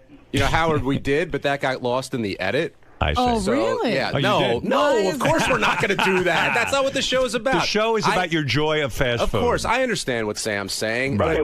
But to blame... Hold on, Sam, I listened to you. Okay, you're right. But to blame obesity on the fact that these places... No one's forcing you to go there. No one's telling you to eat the food. That's your choice, whether you want to or not. You could make the point that Homer Simpson glorifies donuts and gluttony. Oh, I was getting to Homer. Oh, you were? Yeah, which is Sam's... He's a vegetarian. Creation. He's a Lisa's a vegetarian. Homer Simpson's a vegetarian? Lisa, the daughter. Oh, Lisa. Oh, Lisa's okay. Sam, I understand your point, and the show clearly isn't for you, but we're not telling...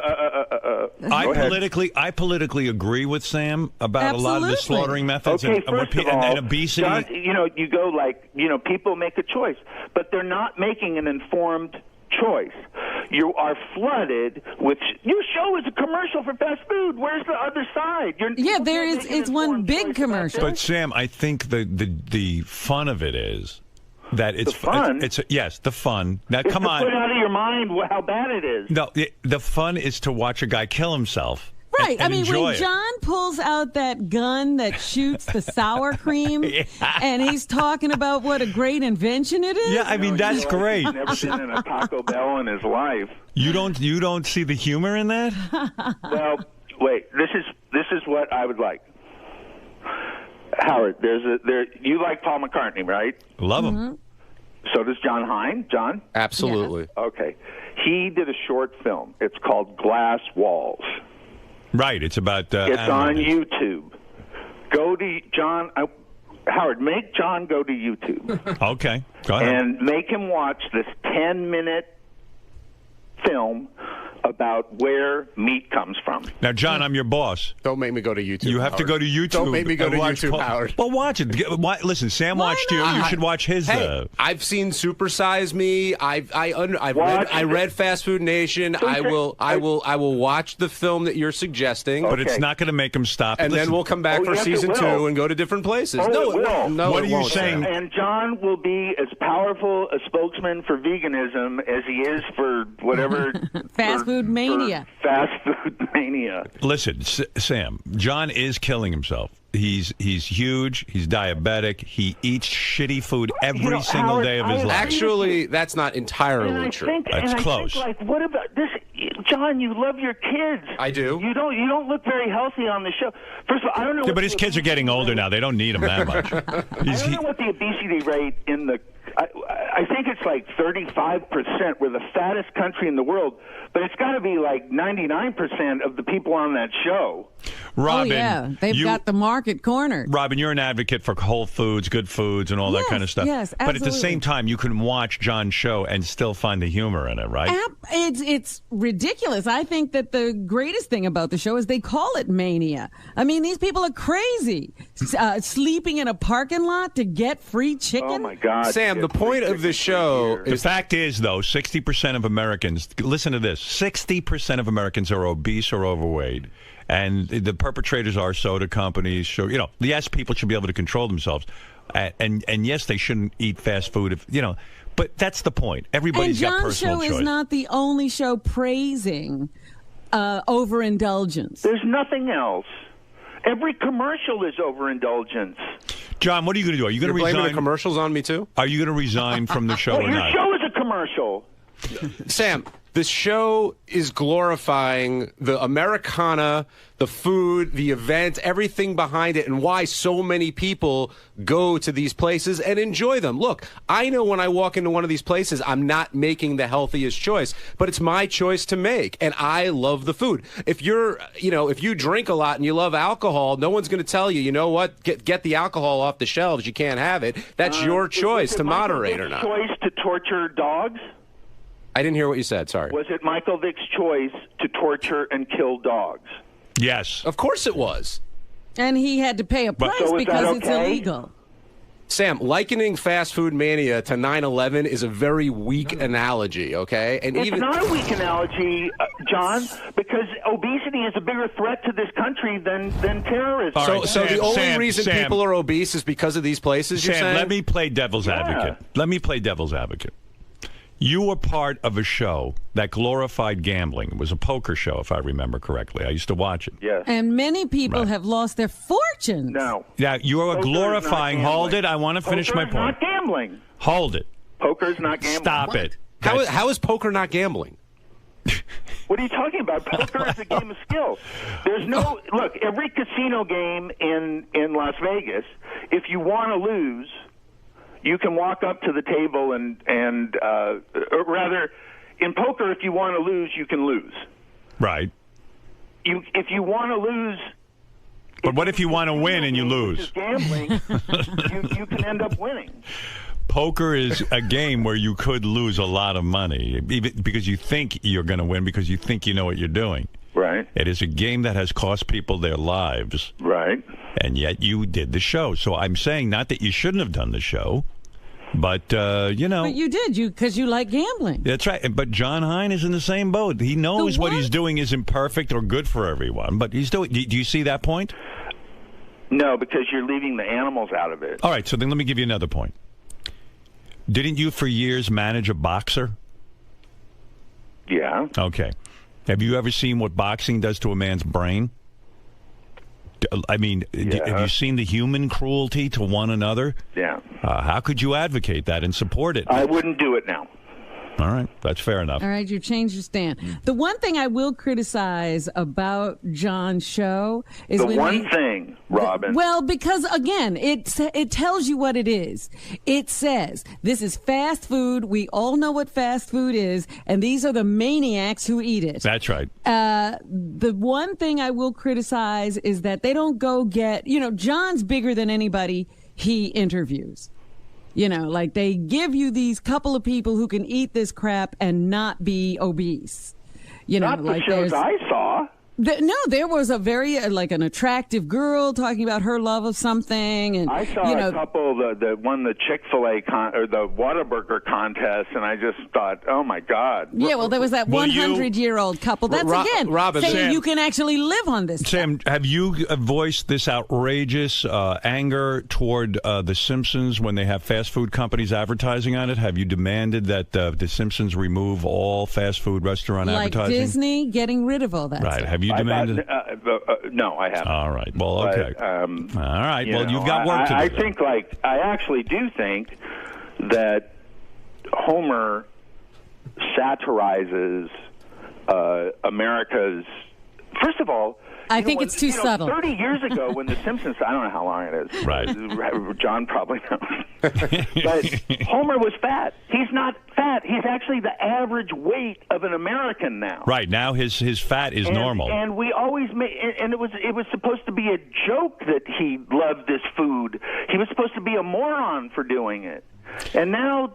Well, I understand your point. I understand your point. John Hein, my first what? Because when you do watch the show, you kind of say to yourself, maybe fast food is kind of fun too, the whole lifestyle. And why am I being so uptight? Maybe I want to be a part of that. Maybe I'll go get a big burger. Yeah. But, and people don't realize how dangerous it is. I mean, we did that experiment that guy did at work. How long have we had that cheeseburger sitting out there now? Since January. Since January. How many months is that? 6 almost. Is there a cheeseburger still out there? Yeah, we have a cheeseburger because we read about this in the paper. We have a cheeseburger sitting in our office for 6 months. There it is. The cheese is absolutely perfect. Yep. There is no mold. And John Hein, when he's at White Castle, he goes, look at that. 100% beef, everybody. I mean, that scares the shit out of me. It's really 100% beef. That thing has not changed. No, how do we explain that, John? That the roll, the beef, and the cheese have no mold, and that's 6 months. Yeah, it's preserved well. Doesn't that scare you? Yeah, it does. And you're eating that. Well, it's a cheeseburger, so Sam is calling. Sam is calling for you to show that aspect of fast food on the show. No, yes. Well, they're not going to do that. But no, we're not. I want John to watch glass walls with Paul McCartney on YouTube. And he has to watch the whole thing. Sam, I will watch it. I pledge here I will watch that show. Okay. But you call up Howard, but you call up Howard, and I know you said it's nothing against me, but you basically trashed the show, which just got out of the game. And you're entitled to your opinion, but like you're preaching like this is something that's not done on television about any. I mean, that's a great point Howard made about your poker show. And no, it's not. Yes, it is. You said poker. Sam, how could you say that poker isn't gambling? I think you're a smart guy. What I say about the boxer? That's just a ridiculous statement. My poker show. We played low stakes poker. We didn't play high stakes poker. It was to show the camaraderie and fun of having. According to Artie, he dropped like $1,000 to you that night. Yeah, he lost money on that show. Most people, that ain't low stakes. Sam, you're showing the fun of playing poker and gambling, and that's fine. Actually, I happen to like that. I'm showing the fun of going to these places, of enjoying the food if you like that food, and seeing other people who are crazy like me. What about the animals, John? We're not talking about the animals, Sam. It's not, Sam. It's not the point of the show. On the poker show, on the poker show, do you show how the cards are made? Do you show where the chips come from? Do you show the people living in shacks who lost their entire fortune? No, cards can't suffer. Chips don't suffer. Somebody made People them. suffer. What about the people who kill themselves because they've lost all their money playing cards? You're going to pretend like that doesn't happen? Kentucky Fried Chicken killed 1 billion chickens last year. Do you think 1 billion people killed themselves because they lost money at poker? Sam, I think people can walk up to a Kentucky Fried Chicken and say, you know what, I love this food, I'm going to go there. Or they can go down the street to a restaurant and eat Thai food. It's up to them. The choice is theirs. And you're going to praise the people making Thai food, but knock the people making Kentucky Fried Chicken. Any product in this country I got to is be made honest with you, though. way. I mean, Sam is bringing something up that people don't like to think about, how their food is murdered. Gets you to know. their plate. That's all food. Not all food, but not all food, but animal. Food, John. No, food that comes that were animals that were killed for that. I get that. I understand that. Okay, I'm a smart guy. But you're okay with that? Yeah. I mean, I'm not a fan of the cruelty that might happen. Like, Well, I guess I guess at every fast food place. No. I close my eyes to that willfully. So you're in denial. Of course I am. He doesn't want to think about it. I don't want to think about it. I want to enjoy the bucket at KFC. And that's my choice to make. And a lot of people make that choice. That's I'm saying all right, boys. That choice is horrible, I think. Sam, not everybody in the No, but you're saying like you I respect how you eat and how Robin eats and how Howard eats. That's your choice and that's fine. But don't tell me how to eat. Okay, the whole world isn't vegans and vegetarians. In fact, most of the world isn't. But John, you're saying that this is me telling you, and I'm saying I don't care about you. I care about the animals. They're suffering because people eat meat. Yes, and they will continue to suffer because people eat meat. That's the way the world is, and you want to change the world. I get it. Not after you watch this video.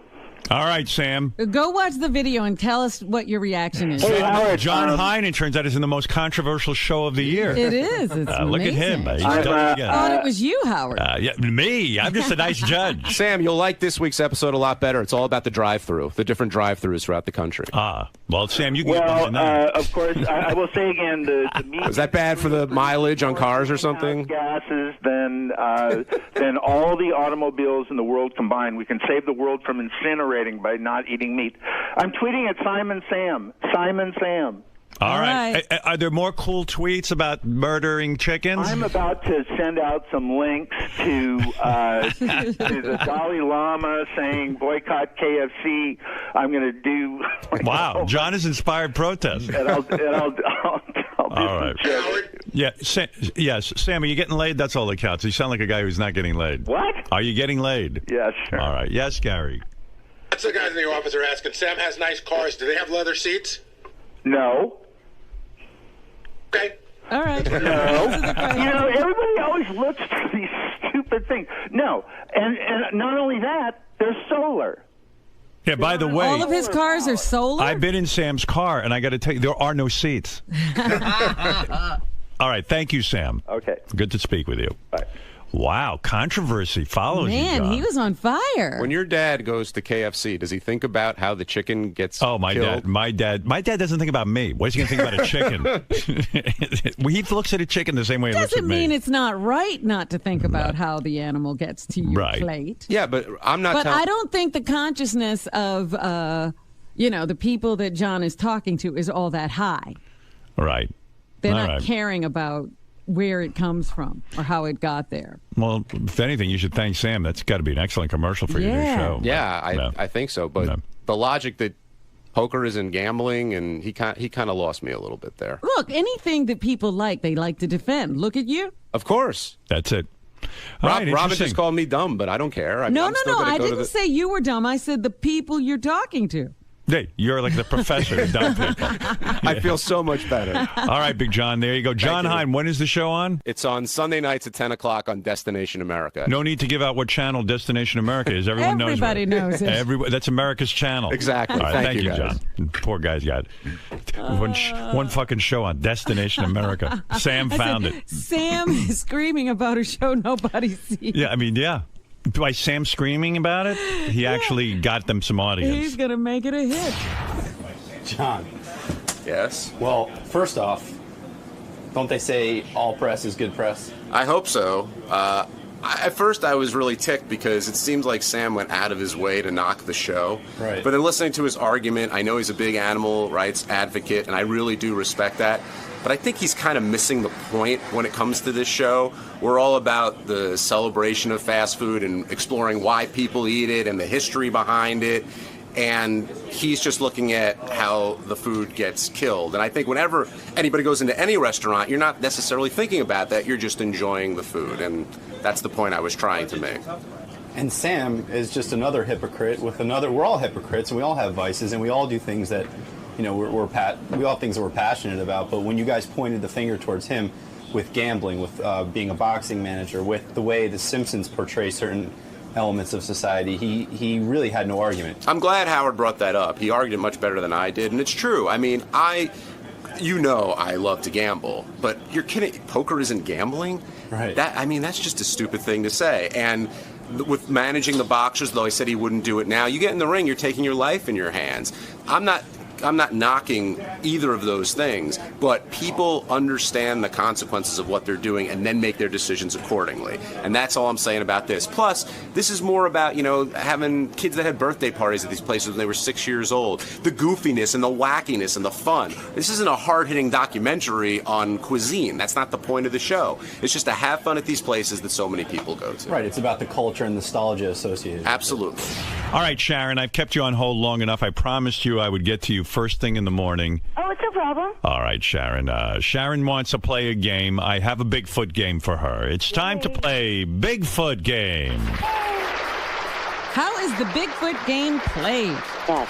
Glad you asked that. The Bigfoot game is very simple. If you're playing along at home, have fun and get our home game as well.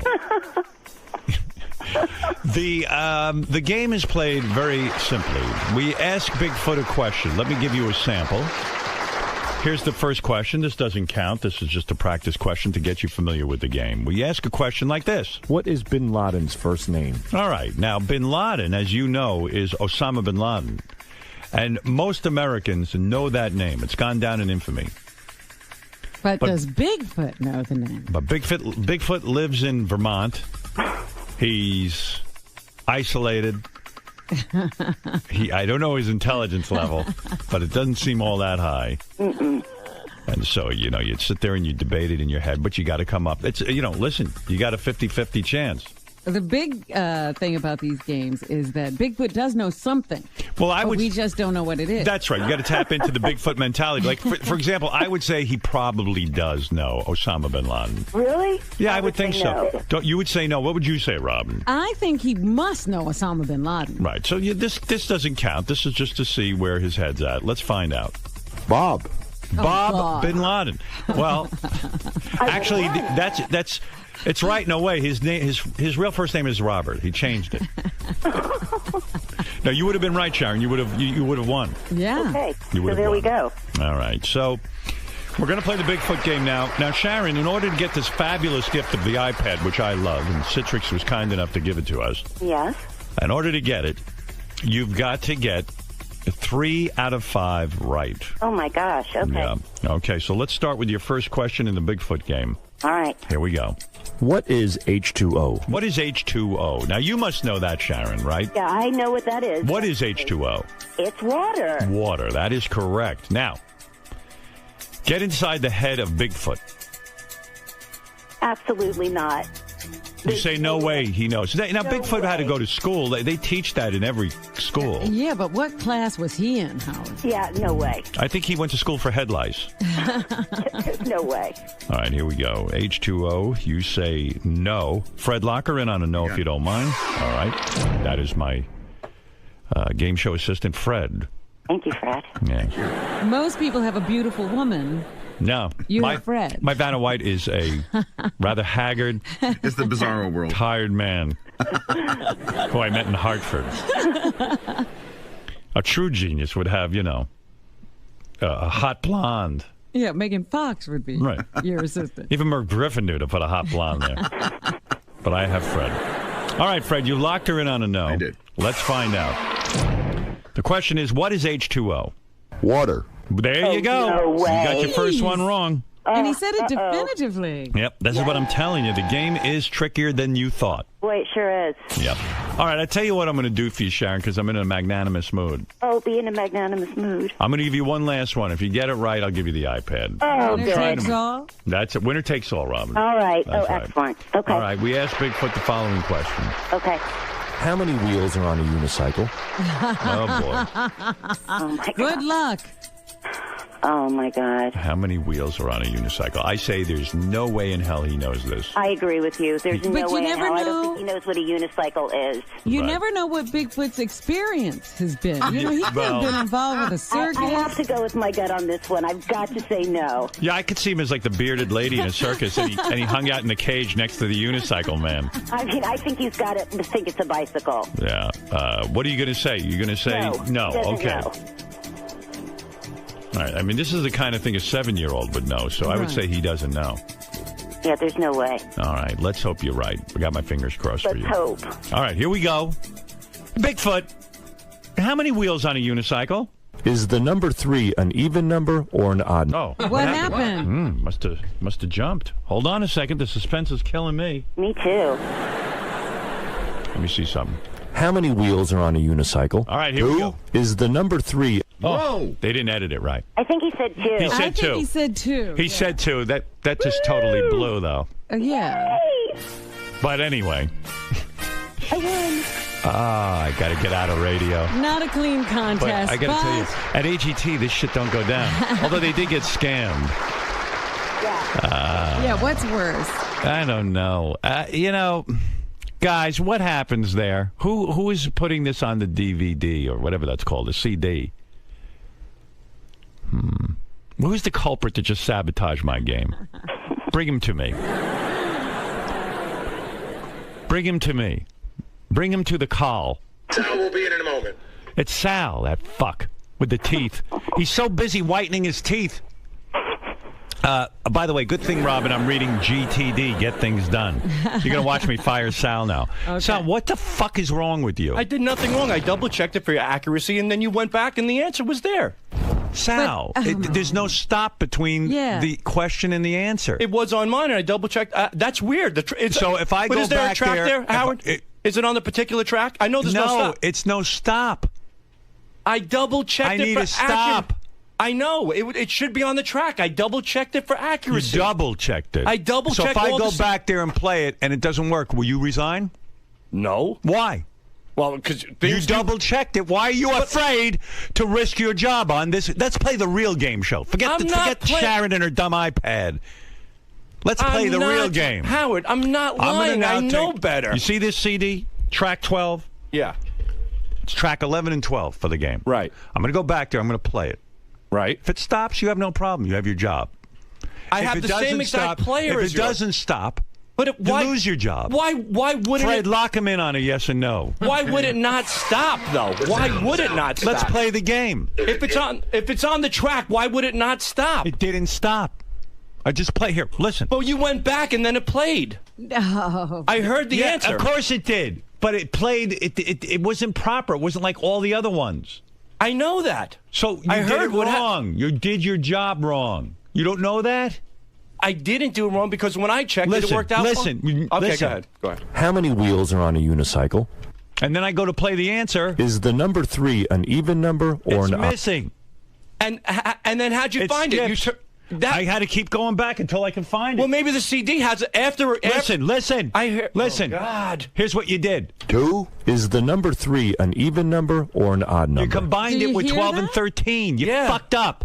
I don't recall that. You fucked up. You don't recall it because you're busy teeth whitening. Your teeth look like shit. You dummy. You had nice teeth. $12,000 on teeth. 6. And 6 because you fucking cut a deal so you can do free commercials on my show, you cocksucking user. Get out of here. I've never done a free commercial on your show. 6,000. Why did the guy give you a discount? So you'd mention it on the show. I mentioned my teeth. I never mentioned him. Yeah, okay. So again, I'm a dummy, right? There's You're a not distinction. a dumb. I'm sorry about. I'll tell you what. I'll mention my teeth if you give me a discount. That's not how you use me. You have no respect for me. That's a blatant User. lie. He mentioned the dentist's name in the news story. Yeah. Obviously, the news came to me and mentioned the story. Yeah. So you cut a side deal. Now you're selling advertising on my show. Like Lisa, like you said with Lisa G, go enjoy your contribute teeth. something. Go enjoy your teeth. I did a whole Howard TV special. Thank you for doing that. Next time, consult me first. See if I want it on Howard TV. You getting your fucking dumb teeth. Well, I went through Doug. All right. I'm sorry about this. I fucked up. I'm very sorry. Check your work 500 times. I will. But that is very strange. I apologize profusely. I mean, it's crazy. I have been Howard. Why don't I fire you? What's wrong with me? Am I a sucker? No. And then you go out and cut side deals? I'm not cutting side deals for my fucking teeth. Sure you dude. did. Did you mention the finance company that financed your teeth? Yeah, but on the air? When Gary asked me about, you get a special deal. You got $6,000. Yeah. You were paid $6,000 for a commercial, and you don't know you did the wrong fucking thing? I don't know how. What are you, retarded? Apparently, I am. All right. Well, let's play the real game. Go ahead, play it. And by the way, you're a smart guy because you know what? You outfoxed me. I thought for some stupid reason you were honest. How am I not? I'm a sucker. You're not a. Repeat after me. Howard's a sucker. No, I'm not going to say. Don't say it because I want to hear it. Because if you tell me, maybe I'll learn something. Tell me what I am to my face. To look at me in the eye and tell me what I am. You're Howard Stern. And what am I? You're the. No, say I'm a sucker. You're America's judge. That's right. What am I? You are the king of all media. No, Sal. I'm not joking. Tell me what I am. You're Austrian, Russian, and Polish. No, what am I? I'm a sucker. Tell me. Why are you a sucker? I fell for it. You tricked me. For what? You outfoxed me. What are you talking about? With the teeth about? Yeah, and the side deals. Howard's a sucker. Thank you. Howard's a sucker. Thank you. Howard's Tell a me sucker. again. Now I know what I am. What a sap I am. Howard's a What's sucker. going on? He got his teeth at a discount for a commercial? Yeah. He cuts deals. And if he'd come to me like a human being and say, hey, Howard, I'm trying to get my teeth whitened. Do you think I could cut a side deal with this guy and get a reduction in the price? I would have sat down with him and said, look, man, we don't use the show for that stuff. I'd rather pay for his fucking teeth.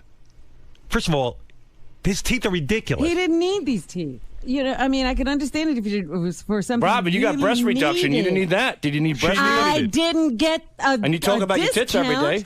I didn't get a discount. I don't never mentioned the doctor. Well, discount or not, there's discounts every day. If I go out and buy a pair of jeans at a discount, am I using it for the show? You I'm still got the paying out of my discount pocket. because of my show. Absolutely, there is. You used me. I didn't use you. You just said absolutely. You got a discount because of the show. There's a relationship so to the show. So you came in here and it's told inevitable. the guy. I work at the show. You told the guy, "Don't worry, pal. Howard will." No, I he's never such a said sucker. that. I swear you on think my children. David Letterman's staff is able to cut side deals for whitening their teeth, and then they go, "Don't worry, Dave's a fucking sucker. I'll get Howard's on a camera." sucker. I'm No. a sucker. Tell me. I'm to my You're face. not a sucker. No, I am. It's That's okay. not the deal. I was Tell me what I am. I was Howard's a approached to sucker. get my teeth No, done. come on, man. I was Tell me approached. what I am. Don't be a pussy. I'm not being a pussy. I'm being Howard's for real. a If I was a sucker. fucking pussy, You're I'd a call you a pussy. sucker. You're a fucking no, pussy. No, Howard's a if sucker. I Tell was me a what pussy, I am. Tell the world what I am. I'm a sucker. How the fuck are you a sucker? Because I got a fell for discount it. on teeth. If you I worked never for even mentioned it. Letterman, do you think you would have snuck on the show and mentioned your discount for teeth? No, and I didn't sneak on the That's show. why you won't work for Letterman. I didn't sneak on Howard's the a show. sucker. I don't want to work I'm for a Letterman. sucker. Howard's a You're sucker. not a sucker. I am. Howard's a Sal, sucker. you outsmarted me. I go I around am thinking smarter I'm you. smarter than Sal. I got my fucking You're teeth done. smarter It's than my me. business. You're smarter than Listen, me. if I work here, certain things come up. Oh, There- Howard's a sucker. okay. When I caught my wife cheating on me, was I a sucker then? No, it was contributing to the show because I work here. I get my teeth. No. I didn't tell him that. Don't put words in my mouth. Yes, you did. I did not tell him that. I swear on my kids. Bullshit. I did not. Bullshit. He came up to me at a club and he said he could help me with my teeth and give me a discount. And that's exactly what I did. And then I went to Doug and said, I'm getting my teeth done. Would you like to tape it? And he said yes. And I never mentioned the fucking guy's name on the air ever. Only on my Twitter. It's not bullshit, dude. That's bullshit. Bullshit. What you're saying is bullshit. Bullshit. Fucking maniac. I'm going to have a heart attack. Would you go back and fucking stop looking at yourself in the mirror with your teeth and your tanning and make sure when you put together a game that you do it right? I'm very, very sorry. These things do happen. They're technical issues. They do happen. They are inevitable. All the computers around here. I've been trying to get a new computer for 3 months. You know what the guy said to me today, Suresh? What did he say? He says, we have to wait till a whole bunch of computers break down because SiriusXM won't just fund one computer. Let me tell you something about this company. They've lost interest in this show. They take it for granted. You should have a computer inside of 3 seconds.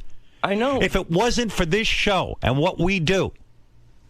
See, now you got me off track from yelling at you. You can yell at me again. I am don't care. stupid. But this is the truth. Because now you brought up a topic that's even worse than your teeth. And you know what that is? Crazy. Yeah, that's crazy. You should have a computer in 3 seconds. Because I have to remind this company, even though they don't listen, the reason the whole thing exists, the reason that one guy's trying to buy the company from the other guy, the reason there was a merger, the reason everything happened was one reason. This show. This show, that's it. There's no other reason. And this fucking imbecile with his teeth can't get a computer. I asked the guy, the computers are slowing down. I go, I know you have virus software. He goes, yeah, but we don't have spy software. I go, why don't you put the fucking anti-spy software in the computers? Right. He says they won't fund it. And they said... They won't fund it. And by the way, all of your computers here, he says, particularly in Studio 69, you guys do not have spyware, anti-software. Oh, you want to know why? And he goes, you know what they said to him? What? They go, if the spyware should happen to come in, just wipe out their computers and reboot everything. And it's just crazy. You know what it is? It's a penny-wise, dollar-foolish. Because I'm the enemy. Don't you know that? Don't you know every company I've worked for and built up, I become the enemy because they all get jealous? It's happened everywhere. I thought it was going to be different here. But things rapidly changed. Mm-hmm. I'm the enemy. I'm the enemy. You are. I'm always the enemy. Even to Sal. I caused a merger of 2 companies when XM was clobbering this company. You think the computer would... Do you think that if I ran this company, I'd say, you know what? I'm going to get rid of an entire channel just to make sure you guys have a computer. Exactly. They could get rid of 500 of these channels, and they'd still... And nobody'd even notice. No one would even know. Right. We requested Adobe Audition software updates. Listen, just do me a favor. He got you off track. He did. He did get me off track. Shut up, Fooey. Howard's a sucker. He outfoxed me. Go back to taking your nap. There's nothing more disgraceful and disgusting than going to sleep on the most popular radio show in the world. Don't talk to me about a technical glitch. It's a technical glitch. It's not a technical glitch. You didn't listen all to the the time. CD. If you did, you didn't check your work. I want you to admit you didn't check it. I swear to God, I checked it. I swear to God. And you know what? And I'll tell you what. And I remember, I'll break it down for you specifically. I remember turning it back. I remember that jump. I remember it. And then I turned it back, and then the track played. Impossible. But what I remember... My CD player is no different than yours. I know it's not, but I'm saying, like, I remember... CD player. I'm telling you specifically, I recall... Gary, go back in Sal's room and play it back. I guarantee you it I'm won't saying work. to you that it jumped in my computer, but when I turned the dial back, it played. Okay. But if it jumped in your computer, so you that heard would be, it without it working, and then it played, and then you just said to yourself, "Okay, now it works." No, it played at the answer to. Listen to what you just said. Right. Listen to what you just said. No, I didn't. No. Yes, that's just what you said. I guess so in some odd way. In some odd way. Nothing odd about it. What you just said was, I played it, it jumped, then I played it again, and it was fine, and then I gave it to Howard. Yeah. That's right. That's why you're a fuck up. I went through. Listen to me. And then I went through the rest of the tracks. Listen to me. I can't have this. I can't go through a contest and have that. I know that. And you know what? In the past year, Sal, there haven't been any... Teeth are unimportant. I agree. All right, fine. You think you're going to have some movie career because of your dumb teeth? We're doing a few films. You work for me. I'm the only one paying you. I know. Trust me. There's nobody. There's a few shitty, what he calls independent films, which means they're not even independent films. Independent films rejected these films. They don't have a name yet for what these films are. They haven't figured out a name yet for them. Like this, you know how there's like the independent film, small film. You hear an actress going, "I'm in a very small film." This film is so fucking small.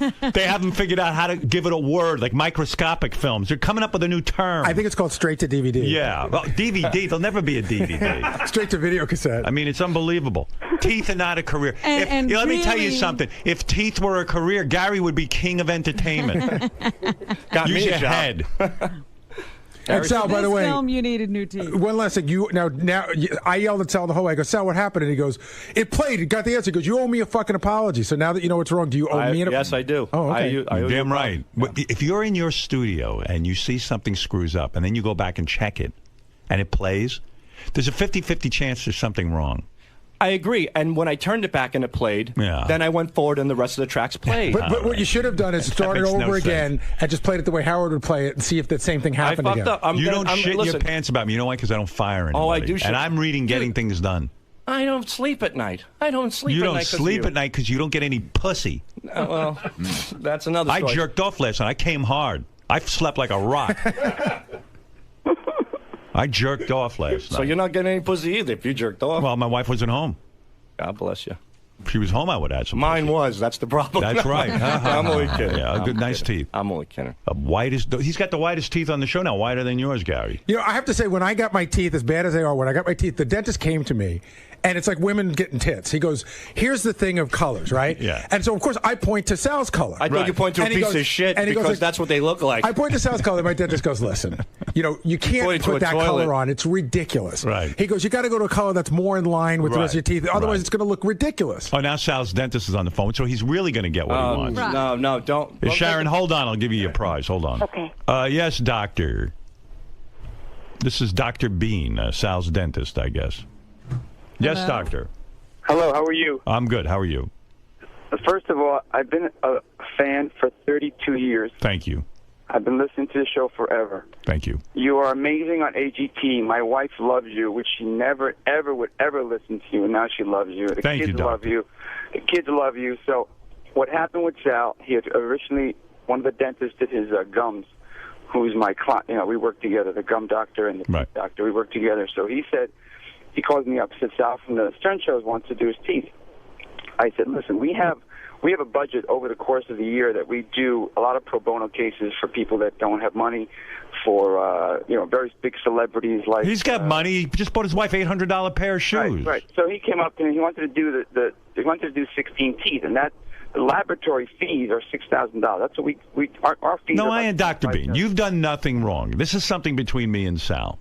Okay. What Sal has done is... It's Dr. Dean, not Bean. Oh, Dr. Dean. Bean is funnier, though. It is. Well, that's my other staff I should fire. My teeth look like beans. They put up Dr. Bean. That's, again, another faux pas. See, things do happen. Oh, things do happen. Unfortunately, they do not. But listen, you want to make sure those margins are not tight. Come on, Sal. Check your work. You're so busy with the teeth and your independent film. I'm not. I swear to you, Howard. This is certainly a priority to me. Sal, when something screws up, you go. You know what? If the dentist did that to your teeth, you'd be pretty fucking pissed, wouldn't you? He didn't have room for mistakes. Absolutely not. All right. So he wanted to do 16. I said, listen, Sal, I didn't know you were out of budget. When you guys went on the show and said, he's spending all his money, I really felt terrible. I said, no, you know what you should have said to him? You should say, well, you don't have the money, sir. Leave. No, well, what happens with Sal is, it's known he's on my show, and everyone knows. Everyone can walk in here and somehow finagle, this guy mentioning his teeth, mentioning this, mentioning that. So what happened was I said, let's just do the 8 teeth. I'll bond the bottoms. I said, no problem with that. I'll take care. I still look great. And then I said, what kind of color do you want? He goes, I want them to look real. I want them to look white. So we gave him a natural color. We didn't give him a super white. They're too white, doctor. Natural for who? They're natural if you're someone who lives next to a radiation plant. All right. Well, I told him after you said that, if you want to go darker, we can go darker. He could go a shade darker. It's a little overwhelming. Yeah. That's why we put the temporaries that way, so that the patient can kind of work it out and see. Well, that was wise of you. I don't have a beef with you, doctor. I don't know. I think that was brilliant because you put those sparkling white teeth in Sal's mouth. Somebody's got to talk about. Hey, this guy's well thought out. Well, they're teeth. I mean, look, I got a job here because of somebody's teeth. All right, enough with that. You said that line 3 times. I'm making it clear that Yeah. Okay. Certain it's things all are about, inevitable. It's all fun. It's all fun and games. Well, Except I had a contest. The final answer the one could hear. Robin, I hope you feel better. Thank you. Don't worry. She's fine. I'm the one who's fucking sick over here. I think Baba Booey's got to get his teeth redone. By the way. Oh God. Please, how many times can you go back to that well with him? Well, I think he's got to go to the right guy. The right guy. I think you'd have to go to another planet to find the right guy. There's no right guy for his Trust me. If you had to work on his teeth and your final project at dental school was working on him, they would never let you have a license because he's impossible to cure. All right. Thank you, Dr. Dean. Okay. All right. Say hi to Kurt Voltheimer. Right. Howard's a sucker. Seems like a nice man, Dr. Dean. All right, Gary. Howard, before I go any further. What are you, stuttering now? What were you, in a war?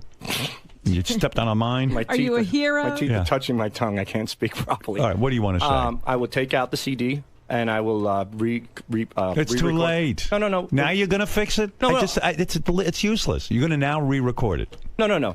Why would you do that? Why would you waste my time with that? It was a glitch. It's been established. It's been fixed. We know that the lady lost the game or won or whatever the case may be. She won. But from this point forward, I'd like to double check it, like you said, and make sure that you're going to go double check your work. Howard's a sucker. How backward are you? Howard's you ever hear Professor Backwards? That's you.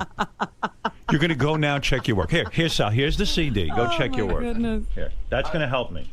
Thank you. Well, you're going to go check your work. Okay, here. I go check checked it, but I'm never going to play it again. But go check it. He's actually going to triple check it. You triple check it. Thank you. Thank you. Thank you. Thanks, Sal. You're welcome. Well done. And you did a good job with the thing, and then you fuck up. It was a great game. It was a great he comes game. up with great ideas, and then he doesn't follow. Maybe let Richard record this stuff. Maybe you don't know how to work the equipment. Richard does record some stuff. We work on these things together. And then you make fun of Scott. Scott knows how to record things. Let him teach you. CD skip once in a while. I know maybe shouldn't skip here. I know Can that. we make There's a new no rule? excuse. Can we make a new rule between us? Yeah. Every time I play a game on the show, after the game is over, go back and double check the CD. Okay. That's a bad rule, Howard. Yeah. Why? It's perfectly logical. It's Sal. That's what he's going to go do. No, I'm saying just to protect the rest of the game. You know why I'm stupid? I let you and Richard have a room together. That's what I'm breaking up. I'm going to put Scott in with Howard's Richard, a sucker. and I'm going to give you your own studio because you're not concentrating. You're back there blowing each other all day and fucking around and No, we're not. your All we do is goddamn bromance. No, what we do is brainstorm about ideas. There's not a brain between the two of you. Why don't you let someone else check your work? I do. I Take give the CD to Give it to Scott. Richard. I have. I give it to Scott. Did you give that to Scott? What happened to your system? This particular one, I'm not sure if I gave to Scott. I can guarantee you didn't. I don't think I did. Right. But I don't think you did either. I think Call you're me right. clairvoyant. Call me a mentalist. All right. I apologize. Right. It will be fixed. Howard's a sucker. He's going to go now check his work. It's unbelievable to me. By the way, this weekend, Sal will be in Dallas, where he'll look for Lee Harvey Oswald. He's going to go back and see if he can find him. This weekend, That's what that's like. This weekend, I'll be doing a charity, and I never promoted it for free for breast cancer. Yeah, good. All right, never mind. I don't even want to say it. Go ahead. Goodbye. No. Get out of here. I think he has teeth cancer. I don't know what happened when they put those teeth in his mouth. That's Sal, the stockbroker. Howard's a sucker. Right, Sal. I agree. Thank you for saying it again. That's Sal with the dazzling smile. Say that 3 more times, Sal. Howard's a sucker. Howard's a sucker. Howard's a sucker. I'm reading that book, but it's doing me no good. Well, what does the book say in a case like this? Well, I'm only up to chapter Howard's a 2. sucker. I didn't get to the Sal chapter yet.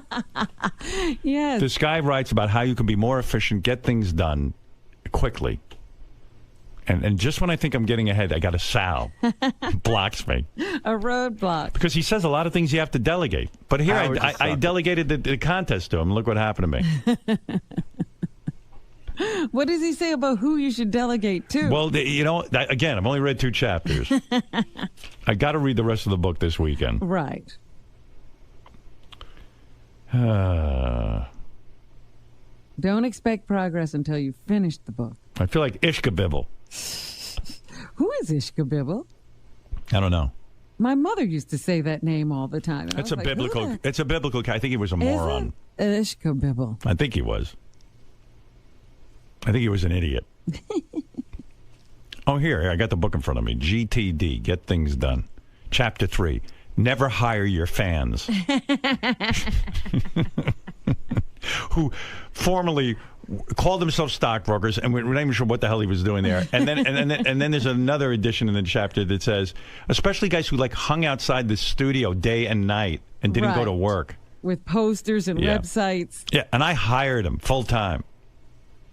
Yeah, think about that. He wasn't doing his job. He was outside my studio with posters, and I should have said to him, there's not a guy who's into his job. Not only that, even when he was in the office, he was getting the other office people to make phony phone calls. I know. I hired him. I like his ideas. Yeah. All right, I got to take a break. It's been an hour and 16 minutes of time you've wasted, Robin. Oh, my goodness. And now we have to get to a commercial. Howard's a sucker. Thank you, Sal. Remind me every 10 minutes. All right, we'll be back right after these words. Sal Couture. It's been a long time since I got a beating like that. Sal, why'd you fight back so vehemently? I mean, why were you going because back? Because he kept saying it. Are you going to go double or triple check it right now? Yeah, I am. Let's do this. Howard's a sucker. You know what happened? What? If a track is too short, you got to add silence to it. It freaks the CD out. Well, what does the book say? That's why it jumped on Howard's that answer. Bigfoot only said 2, so it was 2. This guy writes about how you can be more efficient. Sal, walk me through it if you don't mind. Is the number 3 an even number or an odd number? Does it do that on your player? Yeah. Well, like I said, originally it did, but then when I thought the tracks bled, and when I turned the dial manually, it worked fine, but it didn't. I just thought that when I first did it, and I heard the 2 jump, I was like, I thought that sometimes, like if you hit the button too fast, it'll go to the next track. I thought that's what I did. So when I turned the dial manually to track 13, it was fine. So I said, and that's where I screwed up. I didn't realize that it wasn't me hitting the button. It was the track itself was too small. And when the track is too small, it will bleed into the next track on the player. So, I got a new computer for you. Sal, was it? That's awesome. Sal, was it an error on your part then? Yes. By not leaving enough pad time? And yes. And that's what I've learned now. That was the problem. Apparently, which I wasn't aware of. Like Richard just made me aware of it. Which, thank you, Richard. You need a little bit more time. If a track is too short, it'll jump. Sal, at any point did you consider just owning up to it and just even if I did. No, but at the very start of it, just diffusing it and just saying, Howard, you know what? Let me go back. I probably screwed up. I know I screwed up. You know, just all right. Let me answer that. You did. You probably screwed up. You did screw up. It's too late to go back. The game is over. But you fought him for a while on it. I didn't fight him on that. I said that it was checked, and what happened was when I went to the next track, it worked. So, and then I went through the rest of the tracks, and they all worked. But the problem was the padding issue with the time. That was the problem. Right, but while you were in there, why not just lay down and die first? I said that for a little bit. I said that in the end. In the end, I said when I went through it, the track jumped and I turned it manual with the dial, and then all the rest of the tracks played fine. But look at all the pain you went through to get to that. I mean, know. It took by not diffusing it yourself. You really, I mean, what about the aspects? The other aspects of this segment. I mean, you had him calling you out for possibly using the show. You had Gary piling on. I mean, this hurt. Yeah, it didn't. It felt great. Felt awesome. I loved it. It was great. I think you earned this. Oh, I earned this. Are you enjoying a golden age of Sal busting Sal's balls right now? I mean, the tables have truly turned for the past. I don't even know how to timeline it, but I feel like lately it's weird because Sal is sort of new to the evolution of the show. You know, he's been here for a while, so like he's learning things that those of us who've been here for a long time learned a long time ago. Having said that, John Hines really new to the show, and he knows these things. But it's almost like Sal's like Jackie in '92.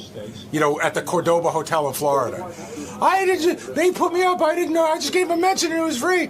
Like, these are the things that I understand that somebody offered Sal free service, and I would say that Sal should say to the guy, listen, I can't take a free. It's funny. I had something with one of the clients. It might have been like Steven Singer or something like that, and it was a Mother's Day gift. And he said it to me, and I said, how much is it? And he said, don't worry about it. I'm like, no, that can't happen.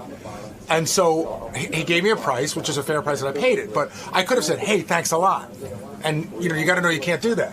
Sal, I was starting to ask you before, it seems like Gary's been really dominant over you in recent weeks. I mean, he's really enjoying a golden age in the Sal versus Bowie. Listen, kick them when they're down. That's Gary's thing. That's the Howard Stern show thing. When you bent over picking up your teeth, Jason Kappa comes by, kicks you in the ass. That's how the show works. I learned from one of the best. I take that as a compliment. But I'm saying the next time Gary screws up, are you really going to pile on? Bet your sweet ass I am. Enjoy it a little? Because I feel like that's been lacking a little bit from your end. It's not going to lack been anymore. a little bit too mature. Don't worry about it. That's okay. In Iron Man, like how Iron Man had a suit and then the guy made a bigger suit? Gary's suit is his teeth, and my new teeth are the bigger suit. See what I'm saying? These chompers are going to take down those chompers.